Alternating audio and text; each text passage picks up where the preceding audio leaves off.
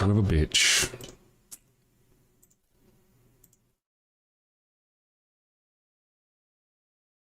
There I am. Good morning, everyone. Welcome to Daily Atheist Morning Show. I am your host, the amazing Super Chris. The computer guy's been slacking off. I hope you're doing great. It's been a wonderful week for me so far. Pretty good. Tonight is the last night of our performance of Julius Caesar at the New Mexico Shakespeare Festival. If you're in town, come give us a watch. We're going to talk about some interesting things that are going on. The show title, obviously, about God and being a liar and all that other business. We've talked about that on the show before.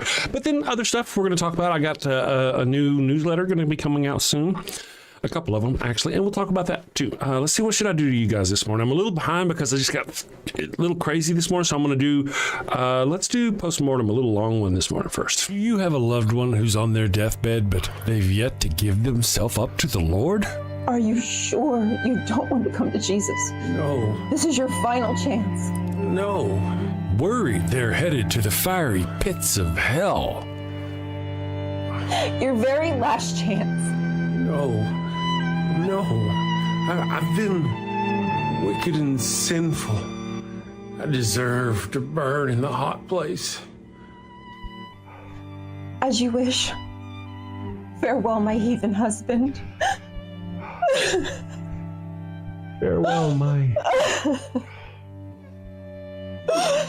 Well, fear not, my wayward child. Introducing Father Flanagan's line of post-mortem baptismal kits. No more worries about being miserable alone forever. Be a good Christian and share that eternal pain and suffering with the ones you love.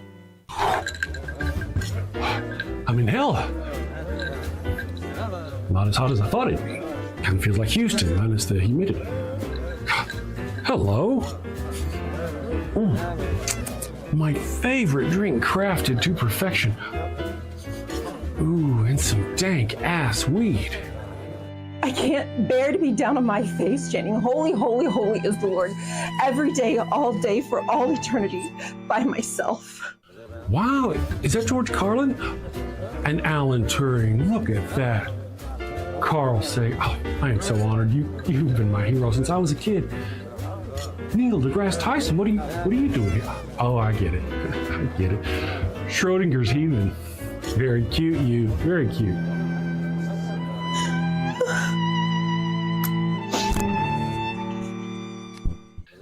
That's fantastic. Oh, what is that? What is? It's holy water. Oh, it burns. No, this isn't where I want to be. Pabst Blue Ribbon and a Marlboro? No! Father Flanagan's post-mortem baptismal kit. Dead kid tested, Mother Teresa approved. Is that the Pope and John Paul? Jim Jones and Jimmy Swaggart, huh? I can see that coming. Neil deGrasse, what are you doing?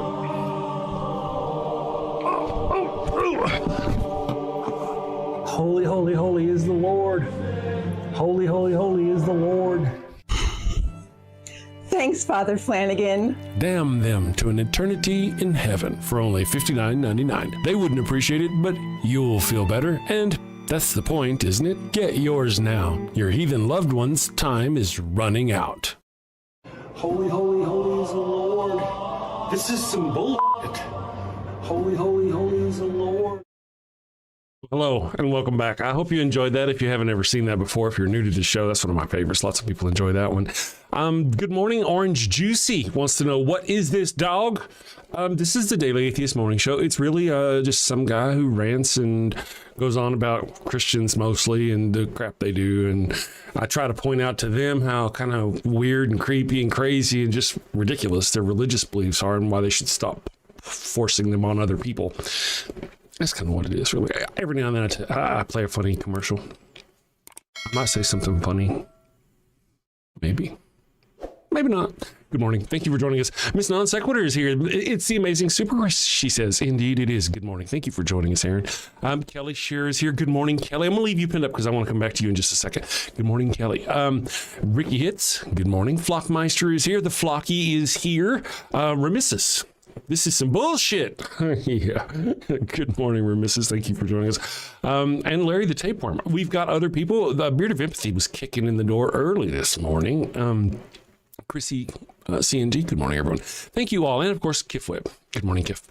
I hope you guys are having a great week. So I wanted to point out to leave it up here, Miss Kelly's post, because I actually have a Substack. I do have a Substack, and I abuse it. I have a newsletter. I don't use it. I don't do it. I don't do any of that business. Well,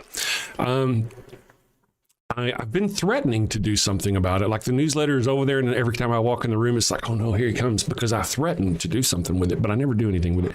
So I'm actually going to do something with it. I want to thank Miss Kelly for the motivation. I mean, weeks ago, she went to my Substack and she said if I ever monetize it, she would commit to like $120 a year, some business like that. Thank you very much for that.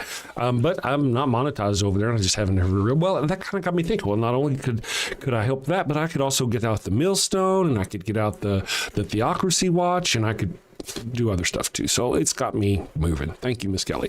I haven't monetized it yet. I'll get there soon, maybe. It depends on how we go. But right now, I want to tell you about the things I've got going on. There are 2 newsletters that are going to come out once a week. You can sign up for one or both. Now, the one is going to be the Theocracy Watch, and that's just going to be pretty much, if it's going to keep an eye on some news feeds of other atheist people who watch things. And it's going to let us know when Christians are doing things like trying to take over school boards or trying to push their religion through the legislation or stuff like that. Now there will be a section in the Theocracy Watch newsletter called The Millstone, and it'll kind of give you a brief rundown about the millstone, because that's just part of it. But the Theocracy Watch will be about, the crimes of the clergy, the just kind of everything, how they're trying to force their stuff on us, whether it's the Bibles in schools or any of that business. That's what the overall Theocracy Watch is. Now, the Millstone is going to be a newsletter, and it's pretty much going to center almost exclusively around sexual impropriety of the church, whether it's being attacking children or adults. It doesn't matter, really. It's just, it's kind of a thing. And the reason why is because if you recognize the term the millstone, there's a place in the Bible where Jesus is sitting there, he's talking to his disciples.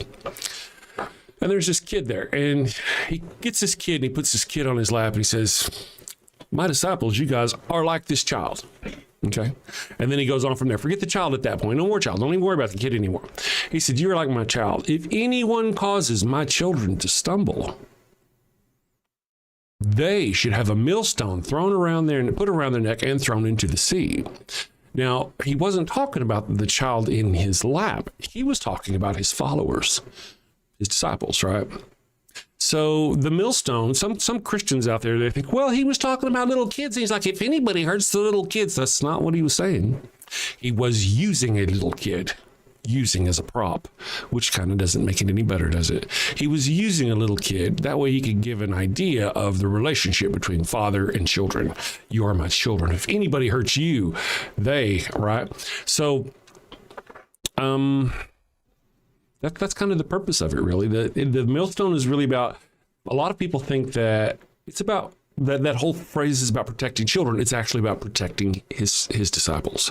So if you're a child out there who is assaulted by a priest and you report him and you bring down that priest, then you have attacked and, what is the term? Something like caused one of the members of his church, his flock, to fall or to stumble. You are deserving of a millstone.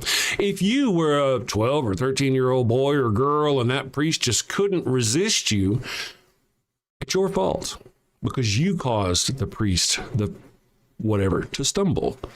You caused them to stumble. Therefore, you are deserving of the millstone. If you're somebody out there who is actively working to expose and destroy this hateful religion, then my whole goal is to bring down those who are, right? I go after those. Therefore, I am deserving of the millstone. Just for that. You know what I mean? That's the purpose of the millstone. It's not, Christians will be misled thinking it's about one thing. Hopefully they will learn that it's not. Anyway, let's see what's going on here. Diddy did what Diddy did do, but Diddy knows what Diddy did because Diddy did do what Diddy did. Thank you this morning, Sagux. I hope I said your name right.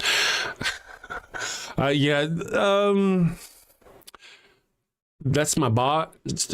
Don't worry about my bot. Just don't worry about my bot. Ignore it. I mean, it essentially, yes, it needs help, and I will work on it. It has no teeth. It'll say it's going to ban you, and then it's you are banned, and then you just keep right on posting.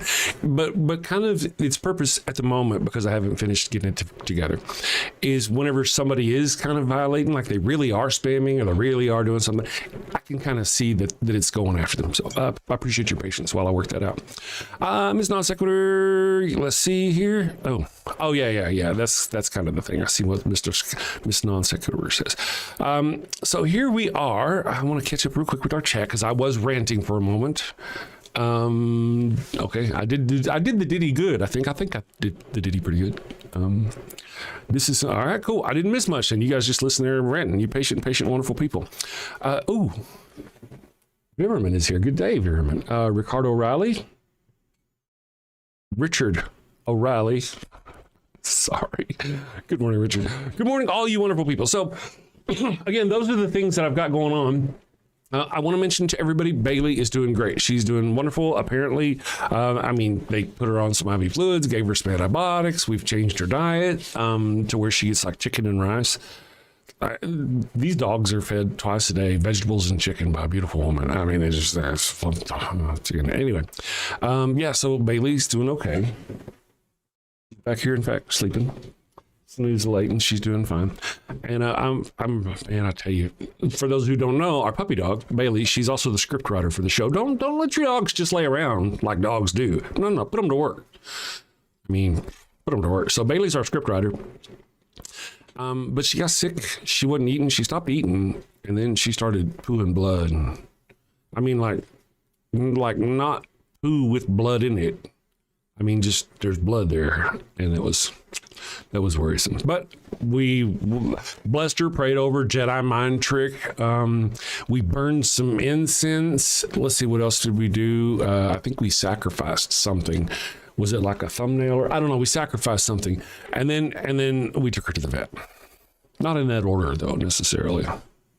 No, we took her to the vet. Man, I tell you, I was pretty worried. I was pretty worried for my puppy dog. I love all my dogs. My dogs are wonderful. Let's see. I'm just checking out specks of blood. Yeah, it was really, she has had pancreatitis in the past. Specks of blood isn't, that's one thing. Especially whenever they like chew things, eat things and swallow things, it can kind of be bad, but not too bad. Anyway, yeah, but this was different. This was enough to be worrisome. Yeah. My wife's a nurse practitioner, so a wound care specialist, advanced wound care specialist. So it's kind of, we worry. We know to worry. She's doing better. Matter of fact, for those of you who've never, come here, Bob. Oh my goodness, you're just a lazy dog. Aren't you supposed to be writing a script somewhere? This is our Bailey bear, and she looks pretty rough. She's going to get a bath and a haircut today. She wishes I should look at that Bailey bear. Oh my goodness, Bailey. There's my Bailey. We're Bailey. Oh my goodness, I love my puppy dogs. You're so wonderful. You are. I know. Okay. Good girl. Thank you. Okay. Yeah, that's Bailey. Bailey bear. Bailey bear. I'll play the pup commercial for those of you who have not seen it. That's one of John Hudson's favorite. John Hudson's favorite commercials. He loves. He's got the hots for Bailey. We've kind of had to put protections in place. I think, restraining order, that sort of thing. John, if you're listening while you work, he's off working. So good morning, everyone. One of the things, whenever y'all are ready, we can get to moving on about these conversations. I built a website recently in most an unfortunate manner. Very lazy. I'm a very lazy person. Can't help that. I'm going to go start reworking it, but the website is called destroyingchristianity.com. So when you go to Destroying Christianity, there are 8 different sections. The one we covered yesterday was the face of God, the hideous face of God, because Christians, many Christians, and if you're here and you're new and you're like, well, why is he just talking about Christians? Well, Christians are like the ones that are in our business right now. Muslims are over there. Jews are way over there. Christians are right here in our business, forcing their shit on our kids in schools and our women in the hospital. That sort of thing. Just moving on.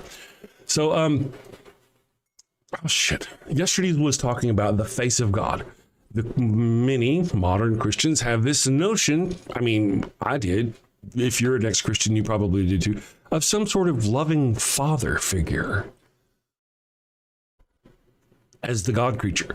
However, whenever you actually go and look through the text as to what the God creature is, you don't ever actually see, they don't talk about him like that. He's hideous, he's so scary that when you look upon him, you'll die. Sometimes they do describe him or those around him as like horrific monster kind of creatures. They're never described in a pleasant way, the God creature or those around him. I don't think, I mean, those people who see them, of course, one thing will say, no one has seen the face of God. Then the other thing will say, Bob saw the face of God. But then Bob was struck dead, or, something, they've got, it's really just go look. It's not a pleasant experience. And if you go to, pardon me, destroyingchristianity.com, you'll see section 2, or actually section 1, is called, what's it called? Don't tell me I know this. I was paying attention. I wasn't paying attention. Section 1. Damn it, son of beach. Son of the beach. Oh, there it is. Excellent. Section 1 is sanitized. And the reason for the name is because, they took that monster that is the God creature and they turned it in this peaceful, loving father, dad,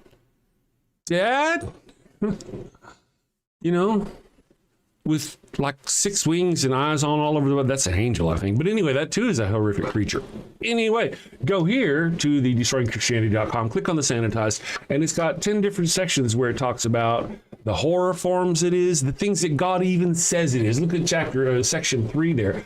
God in several places, many places, I don't even list them all here because I'm going to get back to it. This is I was just throwing that together to get it going. But there are many, many places in the Bible where God does something horrific. And then he says, I did that so you would know that I am the Lord. You don't see examples, I think, and I'm going to have to take that back. There probably almost certainly are some places in the Bible where God creature does something good and says, I did this because I am the Lord. So you would know that I am the Lord. But there are times where, like the Pharaoh, where he destroys renders the 10 plagues on Egypt. He says beforehand that he's going to harden the Pharaoh's heart so he can reveal to the people his truth self. And his true self ends up being the plagues of Egypt, so that you would know that he is the Lord, including the death of the firstborn children of all the, that's infanticide. Well, it's not even infanticide because remember, it's first breach of the womb, so you didn't actually have to be a child, just the firstborn son to die. Beard of Empathy, I was going to ask to do a damn fools episode, but the crazy might be too much even for therapists. I remember you saying you were doing things. You said it. I am honored. I appreciate you. Thank you for whatever you've got going on. I have a hard enough time keeping my own wheels on my own train, if you know what I mean, but I appreciate you. I wish you the best in your show and whatever you've got going on. And also, I was mentioning that,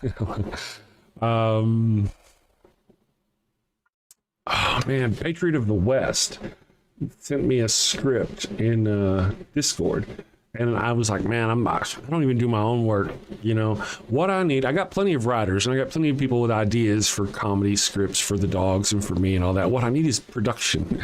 I need someone with a camera and editing to come wrangle. That's not going to happen. I got to do all that myself. So I'm actually going to take some time and try to read some more scripts, including his, and see about cranking out some more stuff, getting us some more fun content, because I enjoy doing it once it's done. I just put my, and then I'm like, it's only been a couple of weeks since the last video I dropped. A couple of weeks, that's like a year and 2 months, dude, since the last time you dropped a video. So I got to get on it. I do. Let's see. Hypatia Stanhope. Let me do a thing. I'll tell you what, is it almost thing? Let me go here and I'm going to go pitch my site for just a minute. And then when the thing goes down, whereas I want to turn off some things in that bot during our next commercial, just to keep it from, I'm kind of getting sick of it myself. All right, so that's the topic for today. Is actually yesterday I was talking about, yes, the sanitize is how they've whitewashed it. It's a bad expression, I think, but you know what I mean. This God creature, they've laundered it, if you will, from this horrific monster into this loving, kind Father, merciful and forgiving, who's going to burn you forever in a pit of fire because he hates everybody. Anyway, chapter 2, section 2, whatever, is called Deceived, and that's what we're talking about today. Right from the very beginning of the relationship between man and God, God lies to man. God is the liar in the Garden of Eden. And Christians don't know this. You don't know this, do you? If you're a Christian watching this, you're like, no. But yeah, I mean, and we've talked about it on the show before. We'll obviously talk about it again. I'm going to actually create a graphic for it because I got stuff. I've got nerd power and stuff. I can do this now. I could even do it before. Anyway, I'm going to make graphics to show how this is the case. I mean,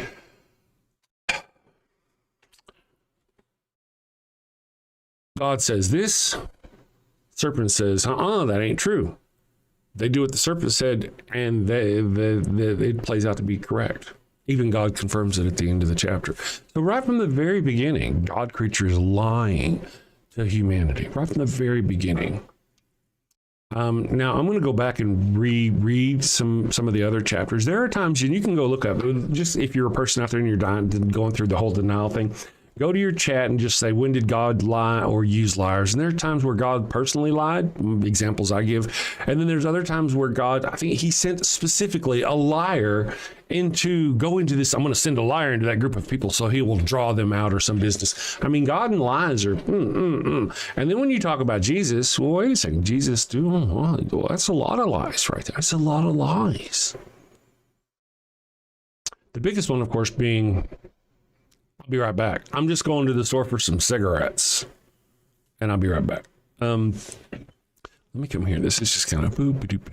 I'm going to do this.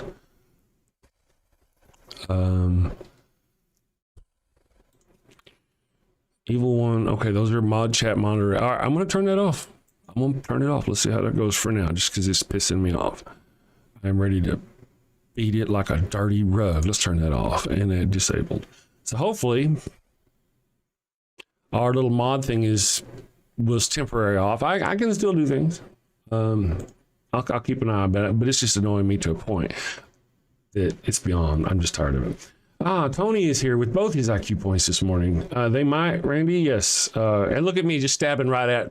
I'm an ass right out the door. Good morning, Tony. Thank you for haunting my chat. I should start with that. Just be appreciative you're here. Then attack your lack of intelligence later when you say things that demonstrate your lack of intelligence. I mean, why rush it? Why be preemptive? Pixel says, you should show the VHS video from Kentucky. It's insane. I'm shocked it's not a bigger story. They're teaching kids that lynching is good. They are bringing back stoning. Kentucky. Oh, you must be talking about some school. Are you talking about a school thing in Kentucky? Vixel? Hey, Vixel, if you don't mind, if you can, would you email me something on that? Actually, just me. I'm lazy. Let me make a note. I was going to send, I'll make a note and I'll look it up. Because I want to look, that sounds something interesting. I would very much like to look that up. You say Kentucky? Kentucky stoning. Well, again, it really just depends on the situation. I mean, Christians don't oppress good, holy people. They don't oppress people. They don't oppress people who are rightly and good. And then you're like, well, what about all the trans people who got kicked out of the military because Christians took over our government? Well, they're trans people. They're an offense to God. So it's actually good they got kicked out. See where our morals start differing? Ours are more about like, let everybody live. Let you live. If you ain't hurting nobody, do whatever you want to do. I thought that was how Christians were supposed to be. Anyway, let's see. Kentucky stoning. And that's and something else. Let me read this up. Sure. Thank you for that. And then I'll try to catch up on our chat so we can see what's going on here. You guys are fantastic. Yeah, chat's gonna be a bitch. Anyway, I've got the notes, and I will look it up. And if you want to, Vixel, you can feel free to email me, chris@thedamnshow.com, and that'll help you. Let's see, we've got Shawnee Gothic, Shawnee, is that Shawnee Gothic TV? The earliest Christians were the Ebionites, and they never believed that Jesus was God. You know, you can actually look through like the books of the New Testament, and you'll see how Jesus' divinity and relationship with the God creature changed over time. Mark starts out, Jesus doesn't talk about Jesus and God at all. And then Jesus comes out up baptized from John. Did I say John? It's the book of Mark. Jesus is baptized by John, and when he comes up from the water, that's when the heavens open up and says, God says, you are my son, I am pleased with you. And then he starts doing whatever he's doing. But before that, he doesn't say anything about Jesus and God, none of that. And the message gets further away. The further in time the Gospels get from when Jesus actually happened. So Jesus happened here. They're like, in the first gospel, it's like, you know what, dude, he's going to be right back. And then like the second gospel, like, you know, he's going to be back, but he's kind of distracted. And the third one was like, man, I don't know. He's going to be back someday. And then they're like, they just kept pushing back when he's going to return, or the you know what I mean? The embrace of his, what you consider,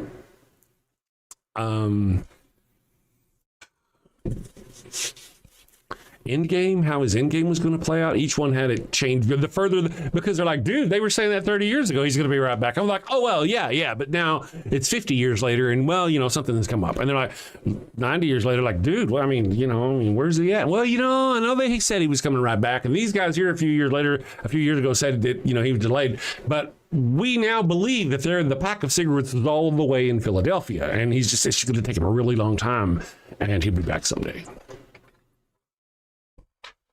Whatever you do, don't go to Philadelphia, apparently, for cigarettes. You never come back. Let's see, Drew. I've read and studied the Bible for years, and he is lying. Interesting. Okay, cool. Dig it. Stick around. Just point out which part I'm lying about. Cool. Good morning, Silverfed. How are you doing? Let's see. So many people are going to say, well, he didn't come back. He ain't coming back. And then he'll be back. Well, you know, it's funny, just for an exercise,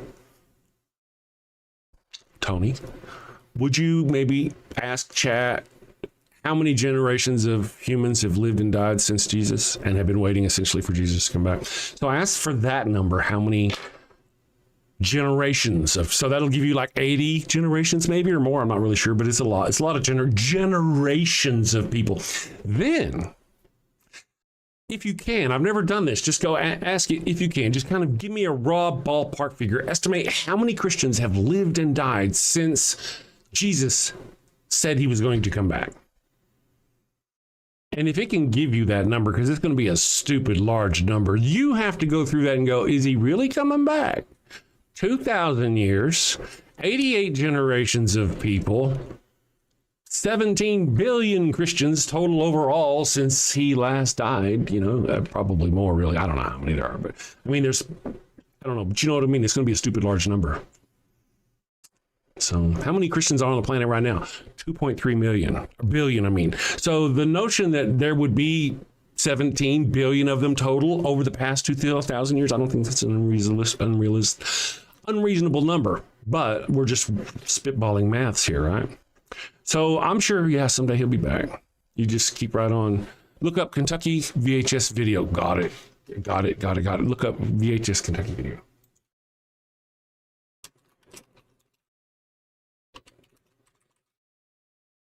And it's really cute, the ones that are like, oh, he'll be back in my lifetime. Oh, really?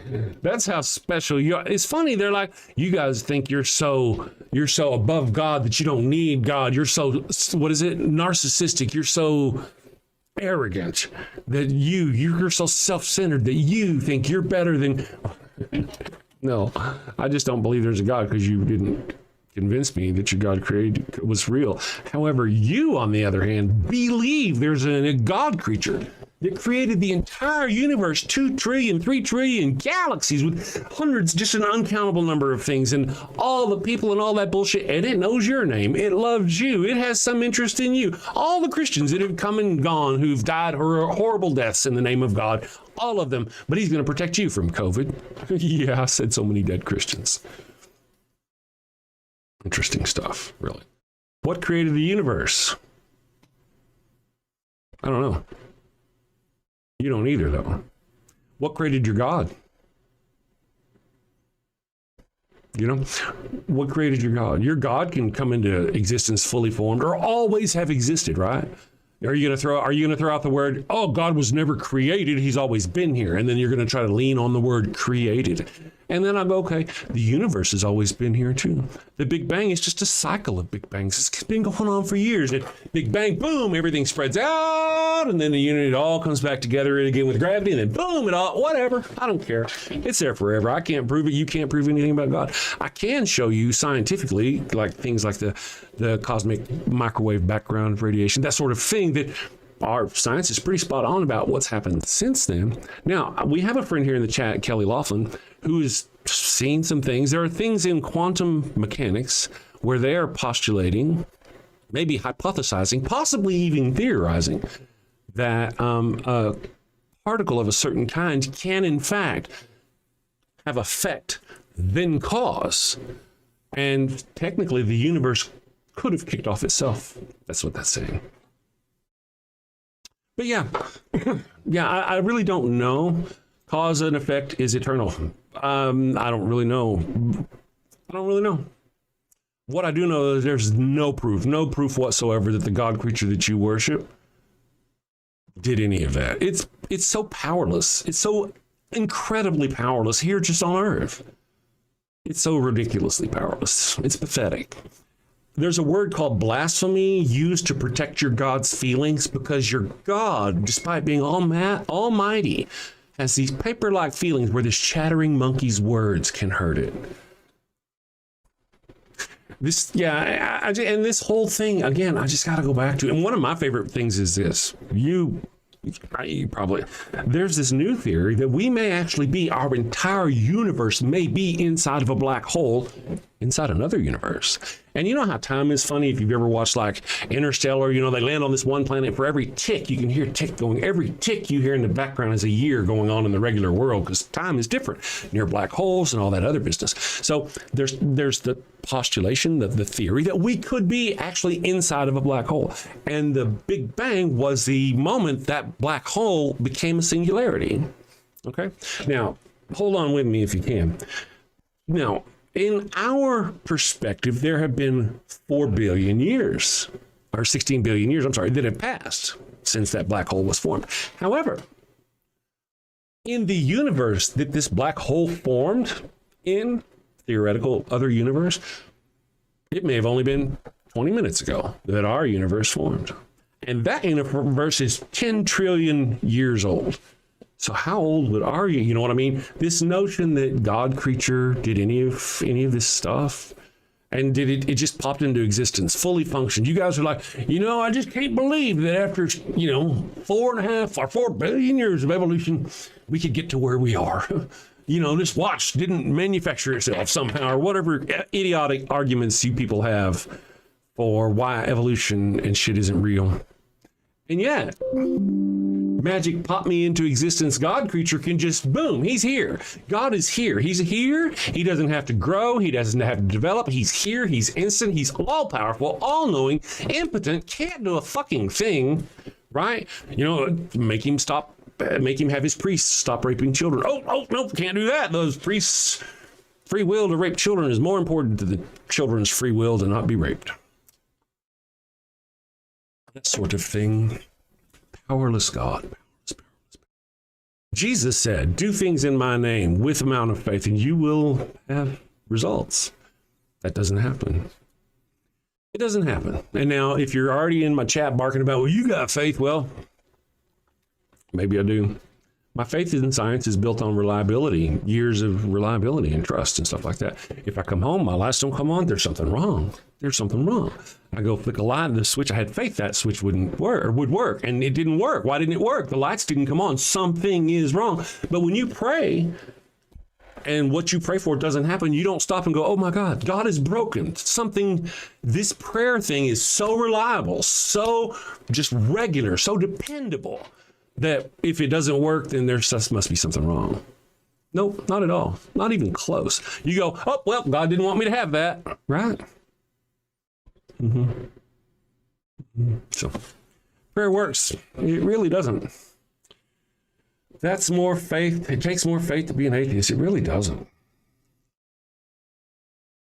I mean, faith to be an atheist. How do you struggle every day? Drew, do you struggle? Do you need a lot of faith? Does it require tons and tons of faith for you to be an atheist about Zeus? Do you sit around going, fuck Zeus? I mean, I really, really don't believe in Zeus. Today, I'm not going to believe. Is that what you do? Is it takes a lot of faith to not believe in Zeus? Really, Drew? You don't believe in Quetzalcoatl, do you? Do you even know who that is? It's a god. Do you sit around using all your faith to not believe in that God? No, you probably don't. So having faith to be an atheist is ridiculous. The thing is it actually takes faith to be a believer. And faith, this is what faith is. Faith, you think is a good thing. Faith is your ability to believe bullshit that's not true. That's what faith is. The more faith you have, the more likely you are to believe more bullshit that is not true. I'm not wrong. That's where we get into, you have faith too in your science. And I'm like, yes, and my science is reliable because of. Right? So there is no, I actually did a thing. I wrote a book in 2013 called Antitheist. And in that book, I did this. I was like, you Christians, there's power in prayer. Life from non-life? Why not? Well, yes, actually. I don't know if you know this, Drew, but just this week, they created an artificial living cell.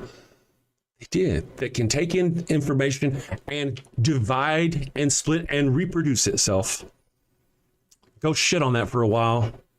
Okay, because now that's just enough. And you can't believe that life from non-life is really just kind of like basic chemicals that are put together to become life, such as salt. Salt is not alive, but without salt, you couldn't live.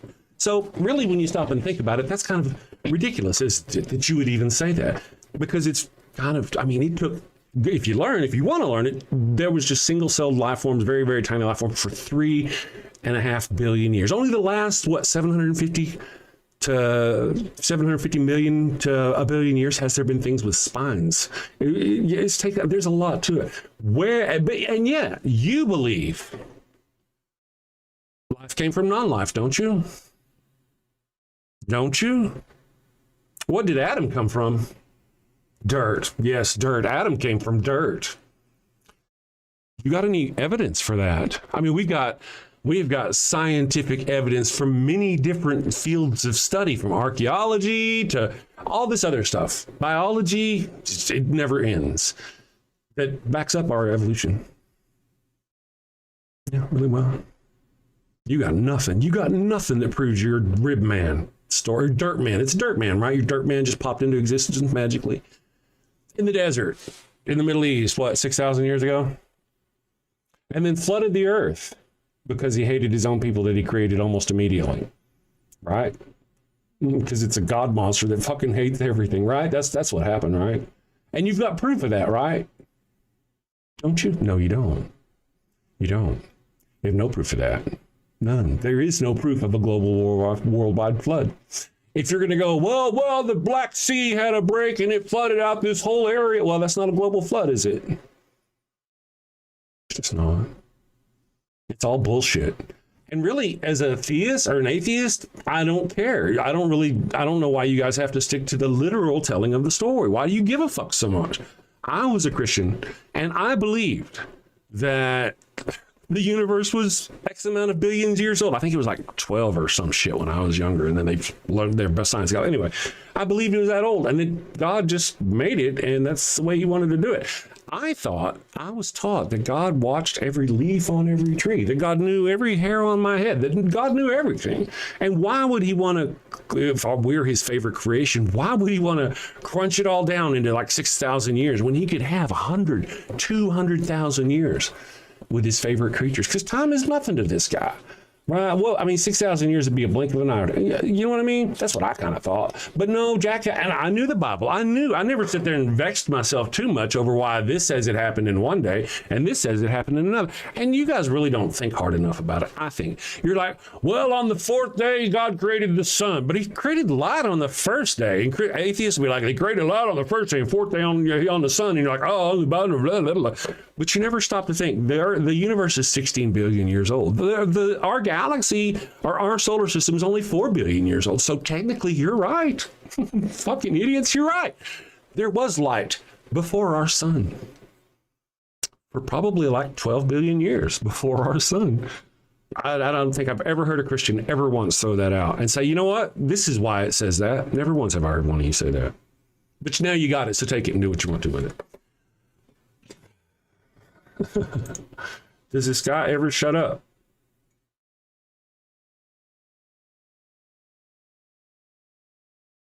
Edward?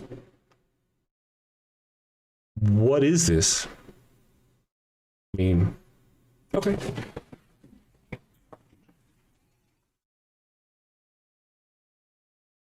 Burrito.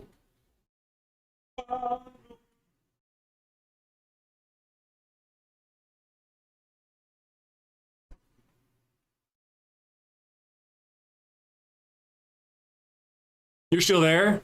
Why are you still there? I'm not talking. It's a talk show. I'm not here. Why are you still there? You know, Edward, have you ever tried like thinking, you know, give it a trial run one of these days? You know, I'm sure there's like a 14-day free trial you can get somewhere. It's a talk show, dude. I'm the only guy here. I play commercials. Every now and then I stop and go get coffee. No, that's all I do is talk. Yeah. So, Alberto Rodrigo. Good morning, Rodriguez. Apologies. Good morning. I hope you're having a wonderful day. John Doe. God been failing at destroying evil throughout the whole story, man. No shit. Did you read the book? Wiped out the whole earth and still failed. Blood sacrificing himself to himself, and still evil is winning. John Doe, that is a fantastic point you make there. I've often said something not. I mean, I'm gonna steal yours, obviously, clearly, because I'm an immoral individual. But I've kind of said something to the. You would think, Jesus, apparently Satan is all powerful, so totally powerful. He can be anywhere. You can be just wait a second. You're just sitting in your office one day and you start rubbing one out. Really? I mean, you're a Christian and you start rubbing one out. People all over do that same thing. Somewhere doing something sinful. However, you don't see people who are not Christians just spontaneously break out and do Christian stuff. You know, it's just not. But Satan is everywhere, and he can tempt your ear in Hindu, in any language you want. You can find people over in Russia that actually touch themselves. I know. I didn't think so for a long time. Yeah, isn't that interesting? Satan is everywhere. He's very powerful. And I had that one old man on my show. He called my show. I used to did a call in for a little while. He called in. I was like, why is Satan so powerful? And he's like, well, yeah, Satan is a powerful creature. God gave him dominion on the earth. And I'm like, well, why would God do that? That's fucking stupid. Oh, wait a second. I'm sorry. You're going to rebel against me, try to overthrow me,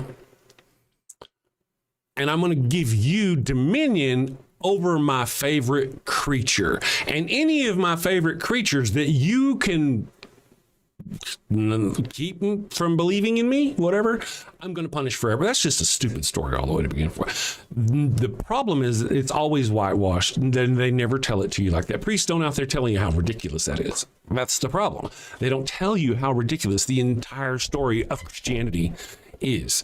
Let me see what I got. Oh, 108, Gabriel. Moronic argument. Ooh. Yes, it is. It is a moronic argument. You should hang around. And here's Mikhail Gorb says, you're smarter than God. You win. I am smarter than imaginary creatures. Indeed.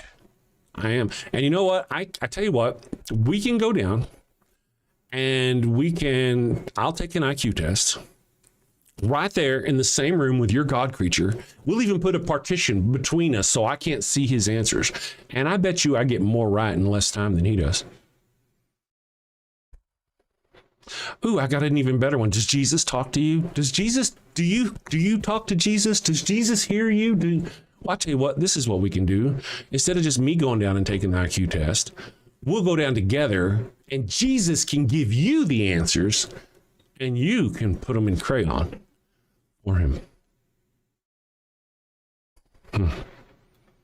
Maybe you were just being sarcastic. I don't know who you are. Good morning, person. Let's see. Lawrence Booker, good morning, says this guy's a fuckwit. You don't even know what I'm here about. You have no idea. You just got here. You don't even... okay, fine. Yeah, Nukta. I know IQ test. It was a bad example, really. But, it's kind of like, what could you do? Your God is so powerless. It can't do anything. Anything you command it to do, it's not going to do because it doesn't jump through hoops for you. It's just completely powerless. As I was going to say earlier, I wrote a book in 2013 called Atheist. In that book, I postulated maybe what we should do this. You think your religion is right? Here's what we can do. You poo-poo science? Okay, here's what we'll do. We'll get 2 different hospitals. In our hospitals, both of them will put people who are terminally ill. And without some form of intervention, they will pass. And in the science hospital, we'll have one hospital be science hospital. And the other one, let's say you're a Protestant Episcopalian, okay? We'll have an Episcopalian hospital. And whichever one saves the most people wins. Right. And your God is powerful. It's going to win every time, isn't it? No matter what you call it. Episcopalians are going to win. The Catholics are going to win. You're going to come out. Why do we even need hospitals? Why do we even need them? Jesus said, gather together in my name, 3 or more people, and pray and ask through it for God or whatever. And you'll have it. Just have enough faith. Where are those nuns going around bed to bed to bed healing people? Why do we even have sick people at all? Because your God is not there. It has no power. None. And I'm not egotistical to think that I'm smarter than God. I don't really sit around thinking about that sort of thing. Do you sit around thinking you're smarter than Zeus? Is that your bag? I'm smarter than the imaginary creature Thor. Is that what you do? No, I don't really do that. There are people out there who think because I don't believe in the God creature that I somehow think I'm better than it or I'm smarter than it, or no, I just haven't been convinced by you that your God creature is real. That's all. However, one of us is narcissistic. One of us is arrogant. One of us believes that the entity that created everything believes in you and loves you and has a personal relationship with you and gives a fuck about you. One of us is a narcissist. Who is it? Is it you? Let's see. Drew, I feel the Holy Spirit. He attaches himself to your spirit. The day you feel his presence, you will know. I hope he wears a condom. I don't think you understand. You don't know your religion. First of all, if you know anything, I have blasphemed the Spirit of the Lord. There's nothing I can do. Right? Nothing. No. Your priests who are out there raping children, yeah, they can still get into heaven. But I blaspheme the Holy Spirit. That is the unforgivable sin. Got your priorities fucked up, don't you? And I've had people come in here and talk like this before. I've had people come in here and say things like that before. May Jesus block your spirit.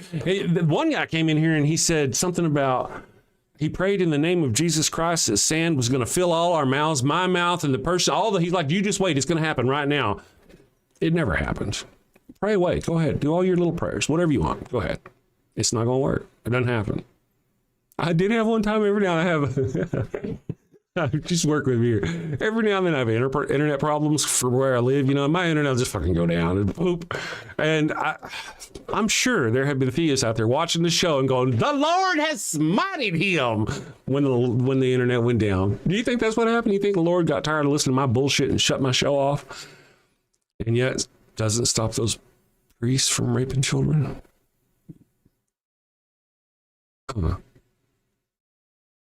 Interesting. I love it whenever they go, oh, the Lord smited him. Oh, yeah, I was smited. It's cute. Now, let's see. Michael pardon me. I'm sorry. Mikhail. Gorba says, you do. We're not watching an epiphany. Oh, I don't know. Let's see. Carl, I am very appreciative of you. Thank you, Carl, for showing up and giving Drew some support. Drew needs some support. He's crashing out in my chat. He's praying for me. It's like, he just can't. Okay. So do you Christians know what I'm talking about? Let's just talk about the very first thing. See, here's one of Drew. Thank you for this. Drew says plenty of Christians doing it wrong, right? Ooh, Stephanie says incest was high. Yeah, I hadn't even got it. Oh, you're so good, Stephanie. I love you. Drew says plenty of Christians mess up Christianity. That's right. Many or most of you think the other ones are doing it wrong. Wouldn't you agree?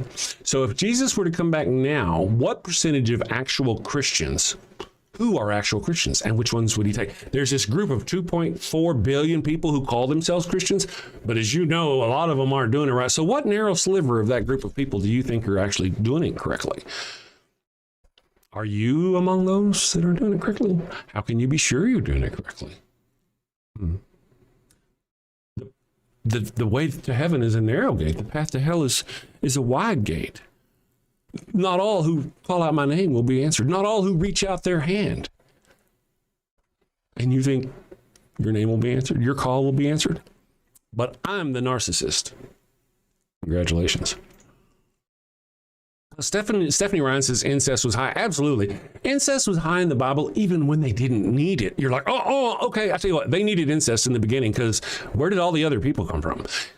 Adam, Eve, 2 boys. So either Adam and Eve had to have daughters who the boys had sex with, or Eve had to have sex with the boys to, something had to go on there. Had to. Noah's Ark, same thing. First cousin at best after the land, because it was like there's Noah, his sons, and their wives. So it's just going to be nothing but family on family. Hi there, cousin. Are you looking at me? No, I'm looking at her. Well, you're looking at both of us at the same time because your eyes do this. That's the kind of situation you would have.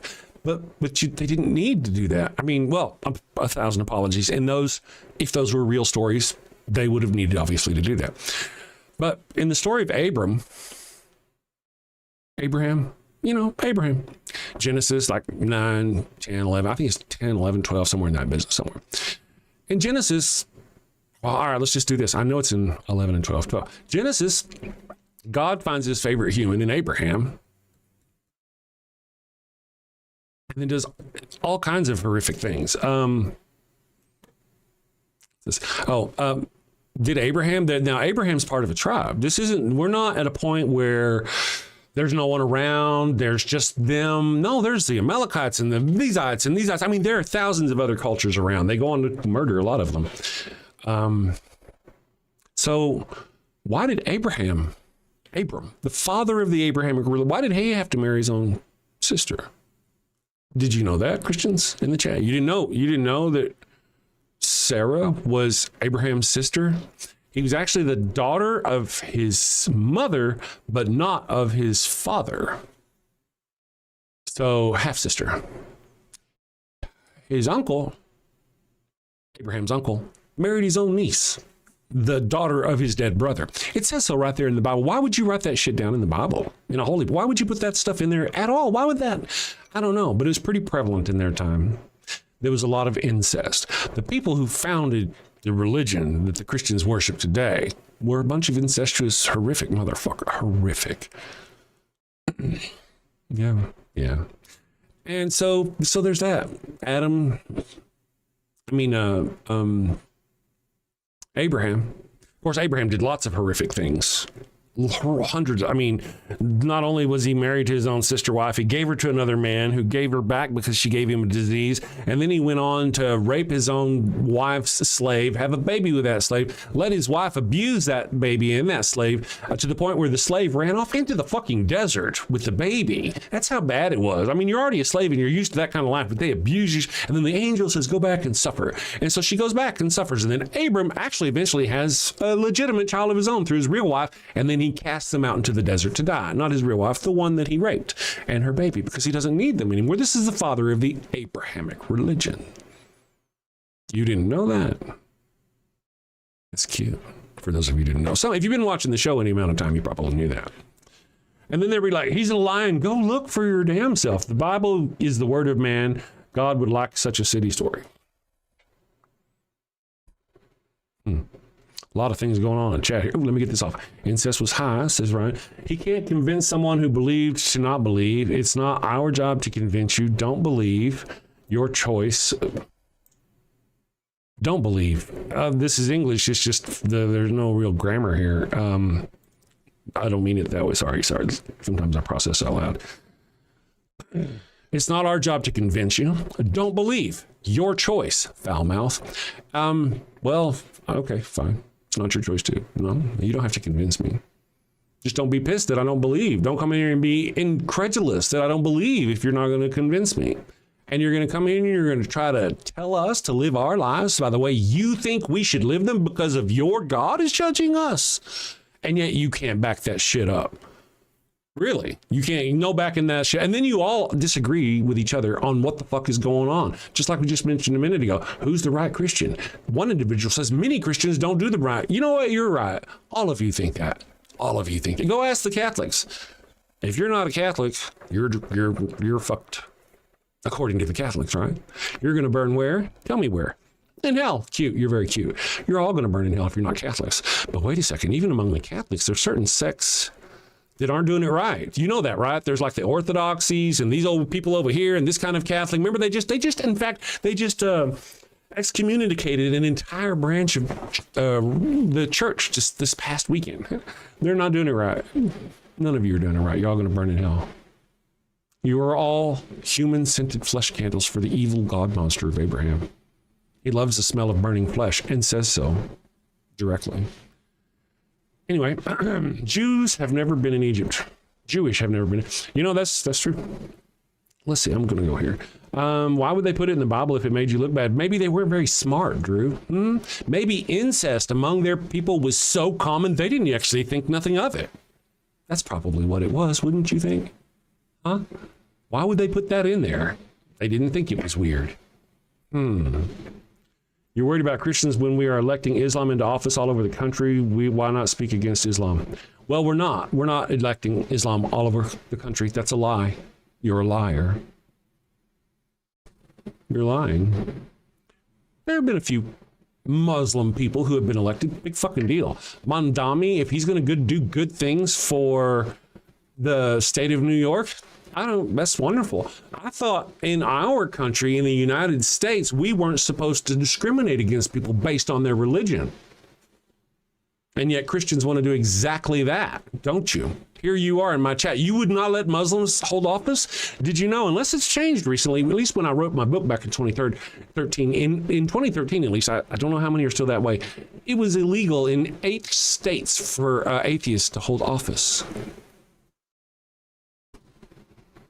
So yeah, you're kind of that way.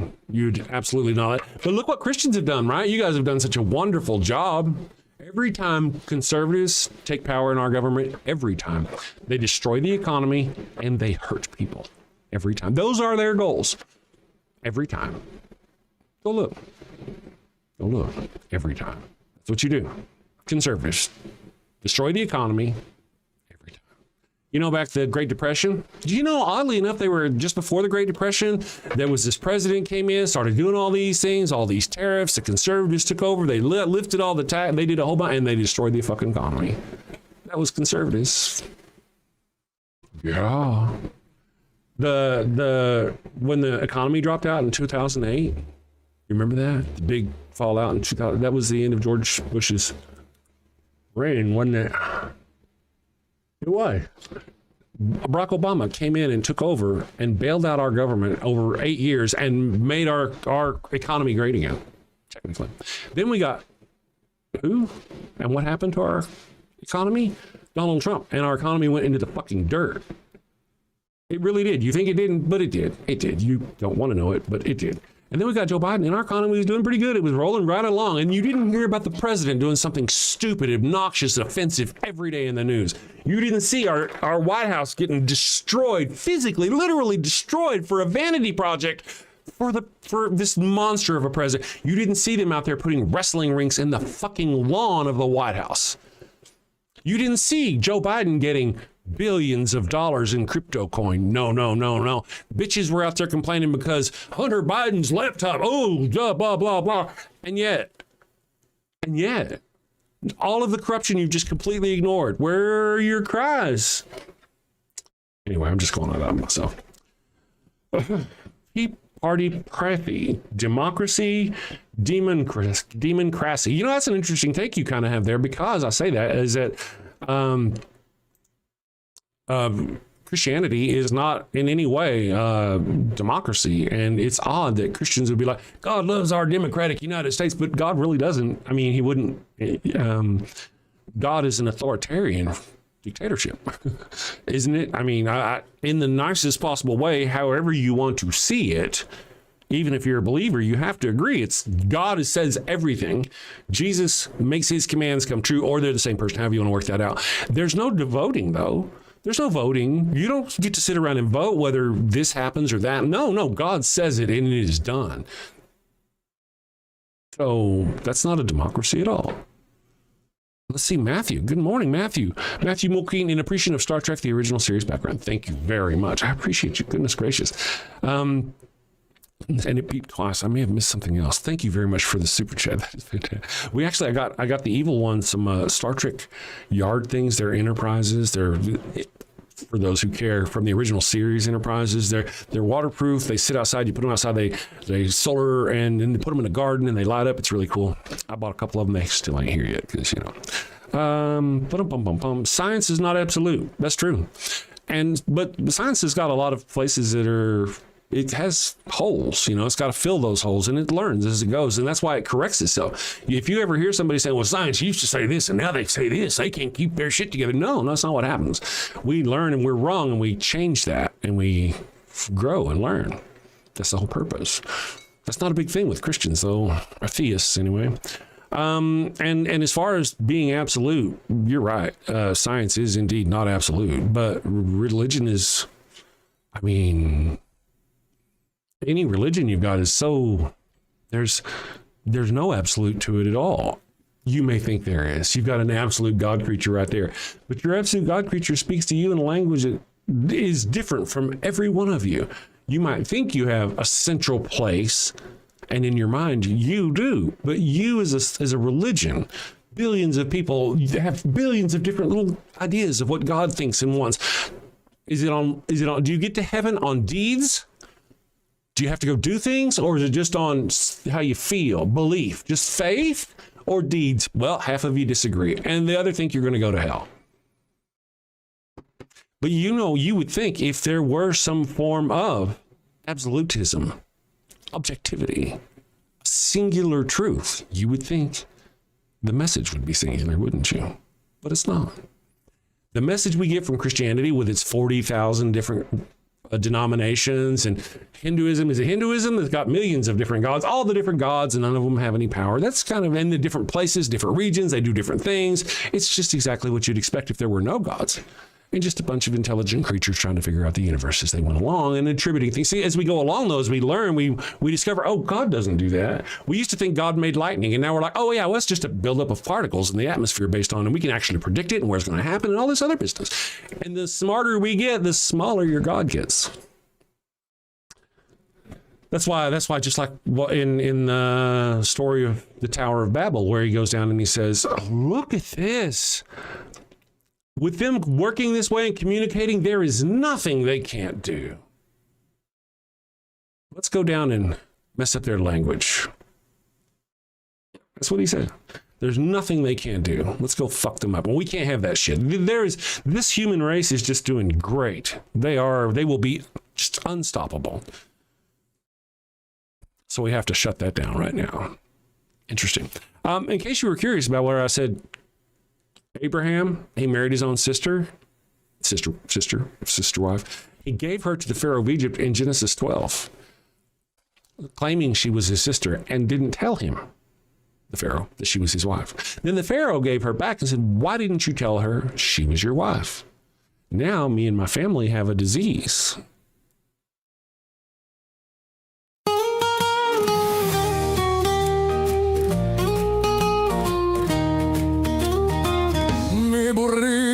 Es tan bueno, it burns when I pee.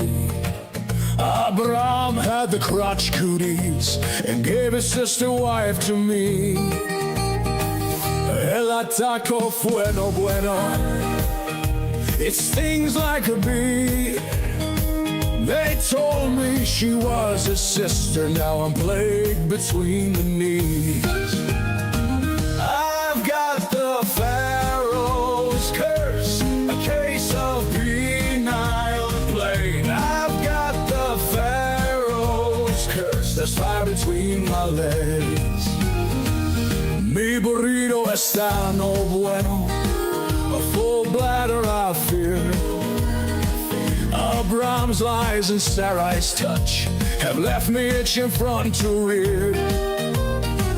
Mi burrito está bueno. It burns when I pee. Abraham had the crotch cooties and gave his sister wife to me. I've got the Pharaoh's curse, a case of penile plague. I've got the Pharaoh's curse, there's fire between my legs.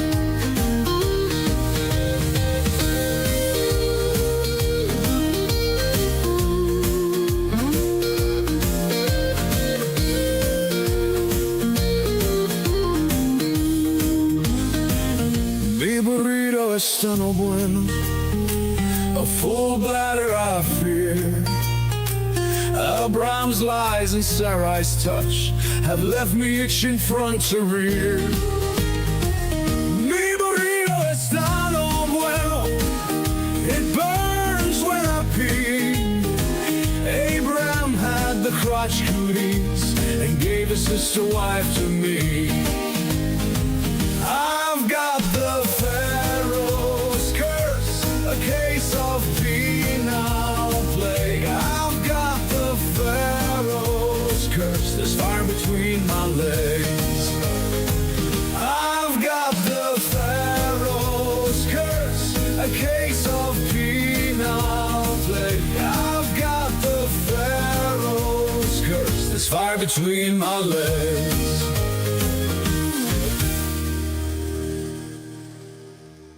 All right. Let's see. You pick and choose which delusional winners and losers you attack. So, like everything else, you're common and purely entertainment. Okay. Okay, cool. I give. You win. You pick and choose which delusional winners.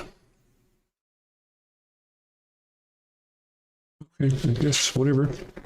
I wanna do something here. I want to show you guys something. If you've been watching the show for a while, there is a portion of humanity that are just bad for humanity. Every time they have control, every time they have power, they always hurt people. You can't really call them conservative Christians because they don't have to be conservatives or Christians by our standards. However, in every community or in every community or however you want to put it, group of large people, you will find that we always have those who are like more conservative. I want to use the word conservative because that's what we're used to. And those who are more liberal, those who want to follow tradition and the rules and God and all that. And those who, man, you do what you want to do. I'm going to do what I want to do. You just go do your. You got two different groups. Every time the group on the right of that gets power, they hurt people every time. And I've been trying to think of a word for it. There's a word for these people.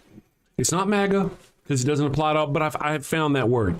I'm developing it. I found where the root of that word is going to come from.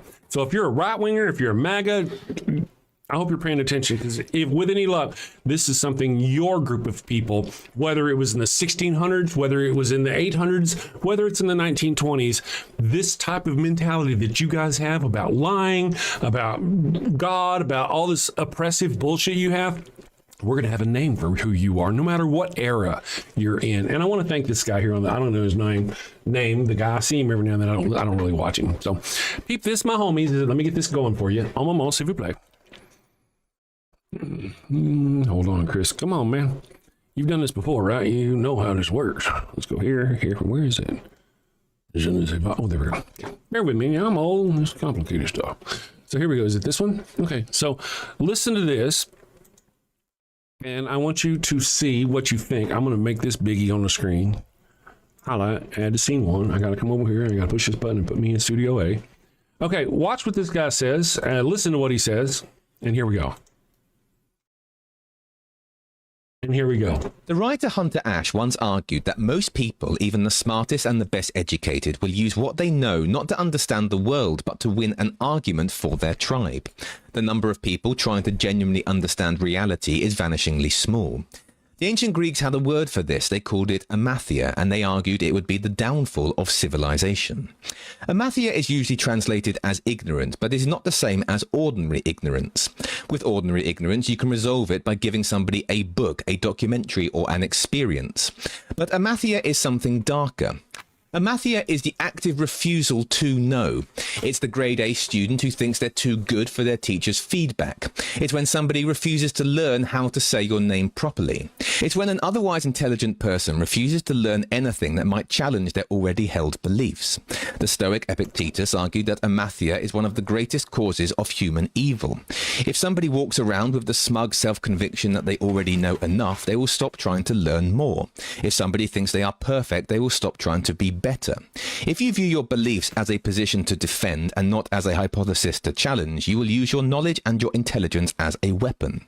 Simple ignorance is not the problem. The problem is when somebody decides for whatever reason that they are already right and you are already wrong. So you heard how it described those people. Let me see if I can stop sharing and then put me back in scene one. Sorry, guys. Let me do this. Oopsies. You see how I described them, and that's what they are. Yep. Evil. It comes down to evil. That's the description of evil. Yeah, that's what I think they are, from my perspective, indeed. Drew 30FL says, sounds like a narcissist, like this host.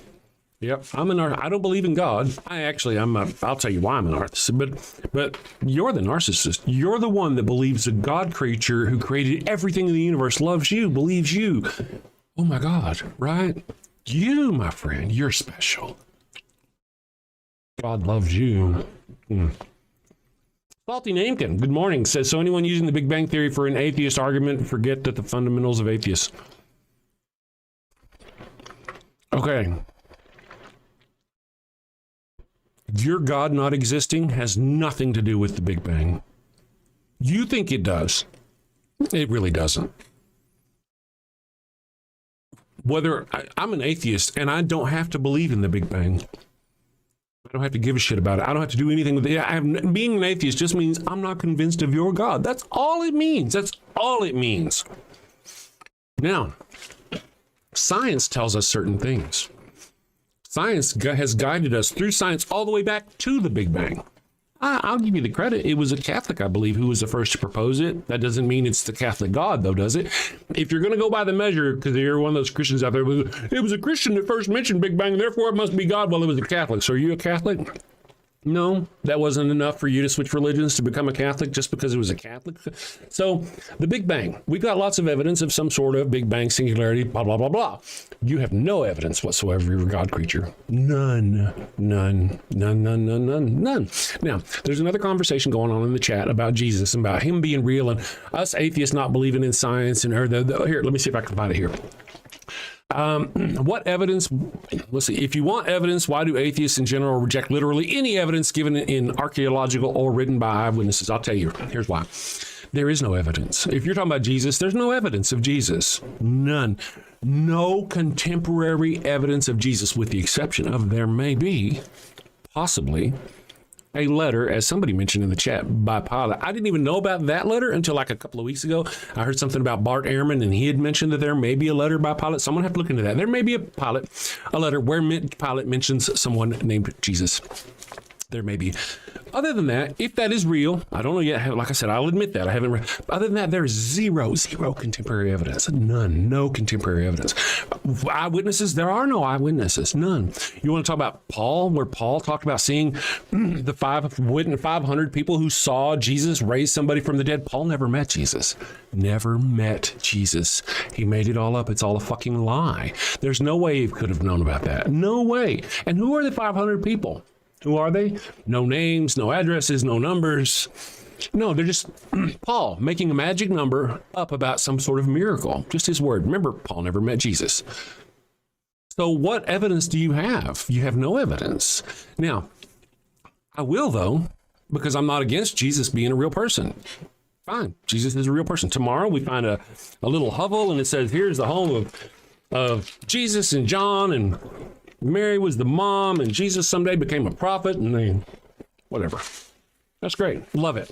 Love it. That doesn't mean he was a god. That doesn't mean he was divine in any way. It just means he was a real person.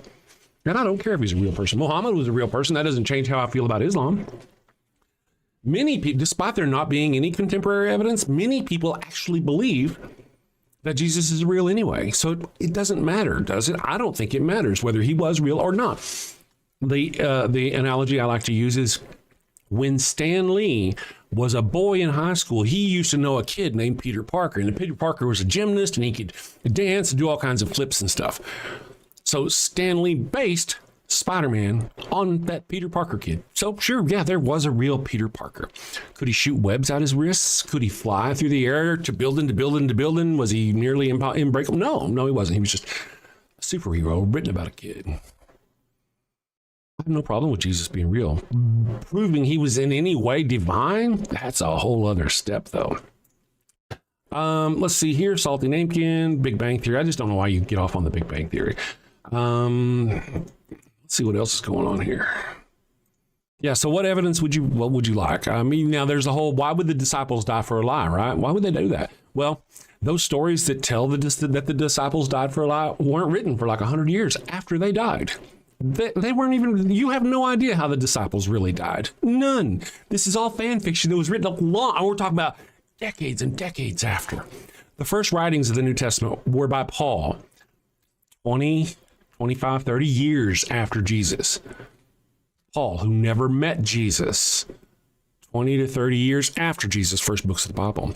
Now, have they gone on about, let's see. I want to see if they've mentioned Julius Caesar yet or any of that business, because that's usually where they run. Tony Hype says they know Jesus was there. Who knows? It's like you weren't even listening. I mean, I would be willing to change my mind. I have no problem changing my mind. I'm glad to go look and say Jesus was real. No problem. I don't know why that's some sort of clutch for y'all.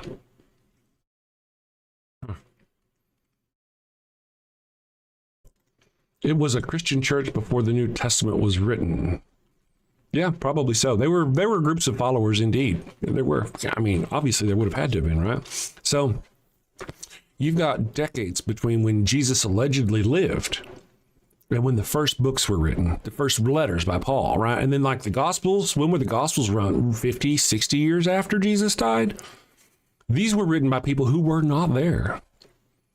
Almost certainly the person who wrote it down was told the story by somebody who wasn't there. This is third rate at best hearsay on a lot of this. Because you really can't say that like Peter lived to be 90 years after Jesus died when his books were written. Or Second Peter, whichever one. You know what I mean? I'm just kind of the things. So this notion that they would die for a lie, they wouldn't die for a lie, well, that's stupid because this is just fan fiction where they claimed they died. It's Christian persecution. You know, they're really big into self-persecution. Oh, we're the victims. Stop hurting us. Stop hurting us. Stop. What? You can't get up? Stop hurting us. Stop. You're gay. Stop hurting us. They're oppressing me because they're gay. Christians are all about being oppressed, aren't you? Anyway. See what's going on in chat. I've been ranting. People should be worried if Jesus doesn't reveal himself to you. Why? Why, Christopher Baker? Is your God creature a horrific fucking monster that's going to torment everybody who doesn't believe correctly for all eternity, whether in a pit of fire or just through eternal damnation? Is that the kind of damnation creature you believe in? Is that why we should be worried? Really? Now, wait a second. Should we be worried? Should I be convinced? If I just become a Christian, but I don't believe, you haven't convinced me, so I'm just supposed to go, okay, I believe now. But wait a second. Doesn't Jesus know my heart? Isn't he going to know that I don't truly believe, that I just did it because some jackass came to my chat and threatened me with hell? Or no, Jesus doesn't know my heart. Which is it? Why would you try to convince me to just believe? You can't just not believe. So I want you to try for just a minute, and truly believe with every fiber in your being that Joe Pesci is the God and he created it. Can you do that?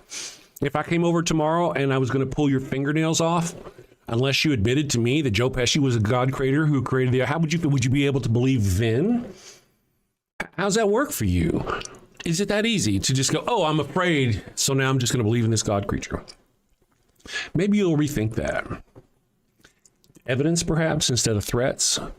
Your religion is based on faith, which is your ability to believe bullshit that isn't true. The more faith you have, the better Christian you are, right? And fear. Whenever you're too smart to fall for the fear or for the faith, you fall for the fear. Oh, man, that's a bunch of bullshit. Oh, but I don't want to go to hell. What if they're right? What if they're right? I don't want to go to hell. That's what the hell thing is all about. For that exact purpose. To keep people in who are too smart to stay. Are you afraid of hell? Or are you just not smart enough to think your way out of it? Just curious how that works. Let's see, what do you guys want? Would you guys like a goat scented flesh candles? Would you like a foreskin restoration kits? Oh, the pup. I was going to tell you about the pup so you can see Bailey. I'm going to play the pup. Now, I want you to know, for you if you don't know, I made this, what you're fixing to see. I wrote it, I scripted it, I recorded it, I green screened it. It took me weeks, really. And then I scheduled it. It's going to come out Monday because I wanted to get the whole week before the weekend, right? I woke up that Monday and the Pope had died. That Monday. You would think it would have just boosted the shit out of this video. I got 200 views. It didn't help at all.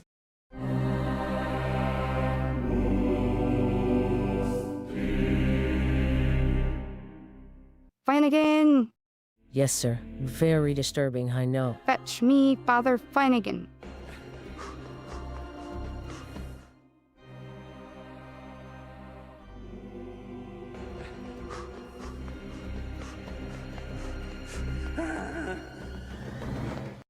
Your Highness. You are in the presence of His Holiness, the Puppius Maximus, guardian of the sacred fire hydrant, defender of the holy tennis ball, and eater of the golden kibble, Pup Oliver Poopsalop the Fifth. Your Popedom. I heard you have a bone to pick with me. Condoms, Father Finnegan? No, thank you. I've got plenty. That's what I mean. Why are you selling condoms? Oh, you mean our Pharaoh Sombrero line of condoms. Understood. You know how we feel about those around here. Well, they're not to be used by the Catholics, of course. Not for Catholics? No, they're part of our Sinner Gonna Sin lack of faith outreach program. A sinner gonna what? It's like getting the tithe, but from the heretics and the heathens and the atheists. Oh, well, when you put it like that. But, Your Highness, this will reflect very poorly on the church. True. You know what this means, Flanagan? Warning label. A warning label on the box. Not for Catholics in big letters. Too subtle. Instant purgatory if used by Catholics. I like it. Divine branding. Excellent, your Popedom. Will there be anything else? That will be all. You may leave.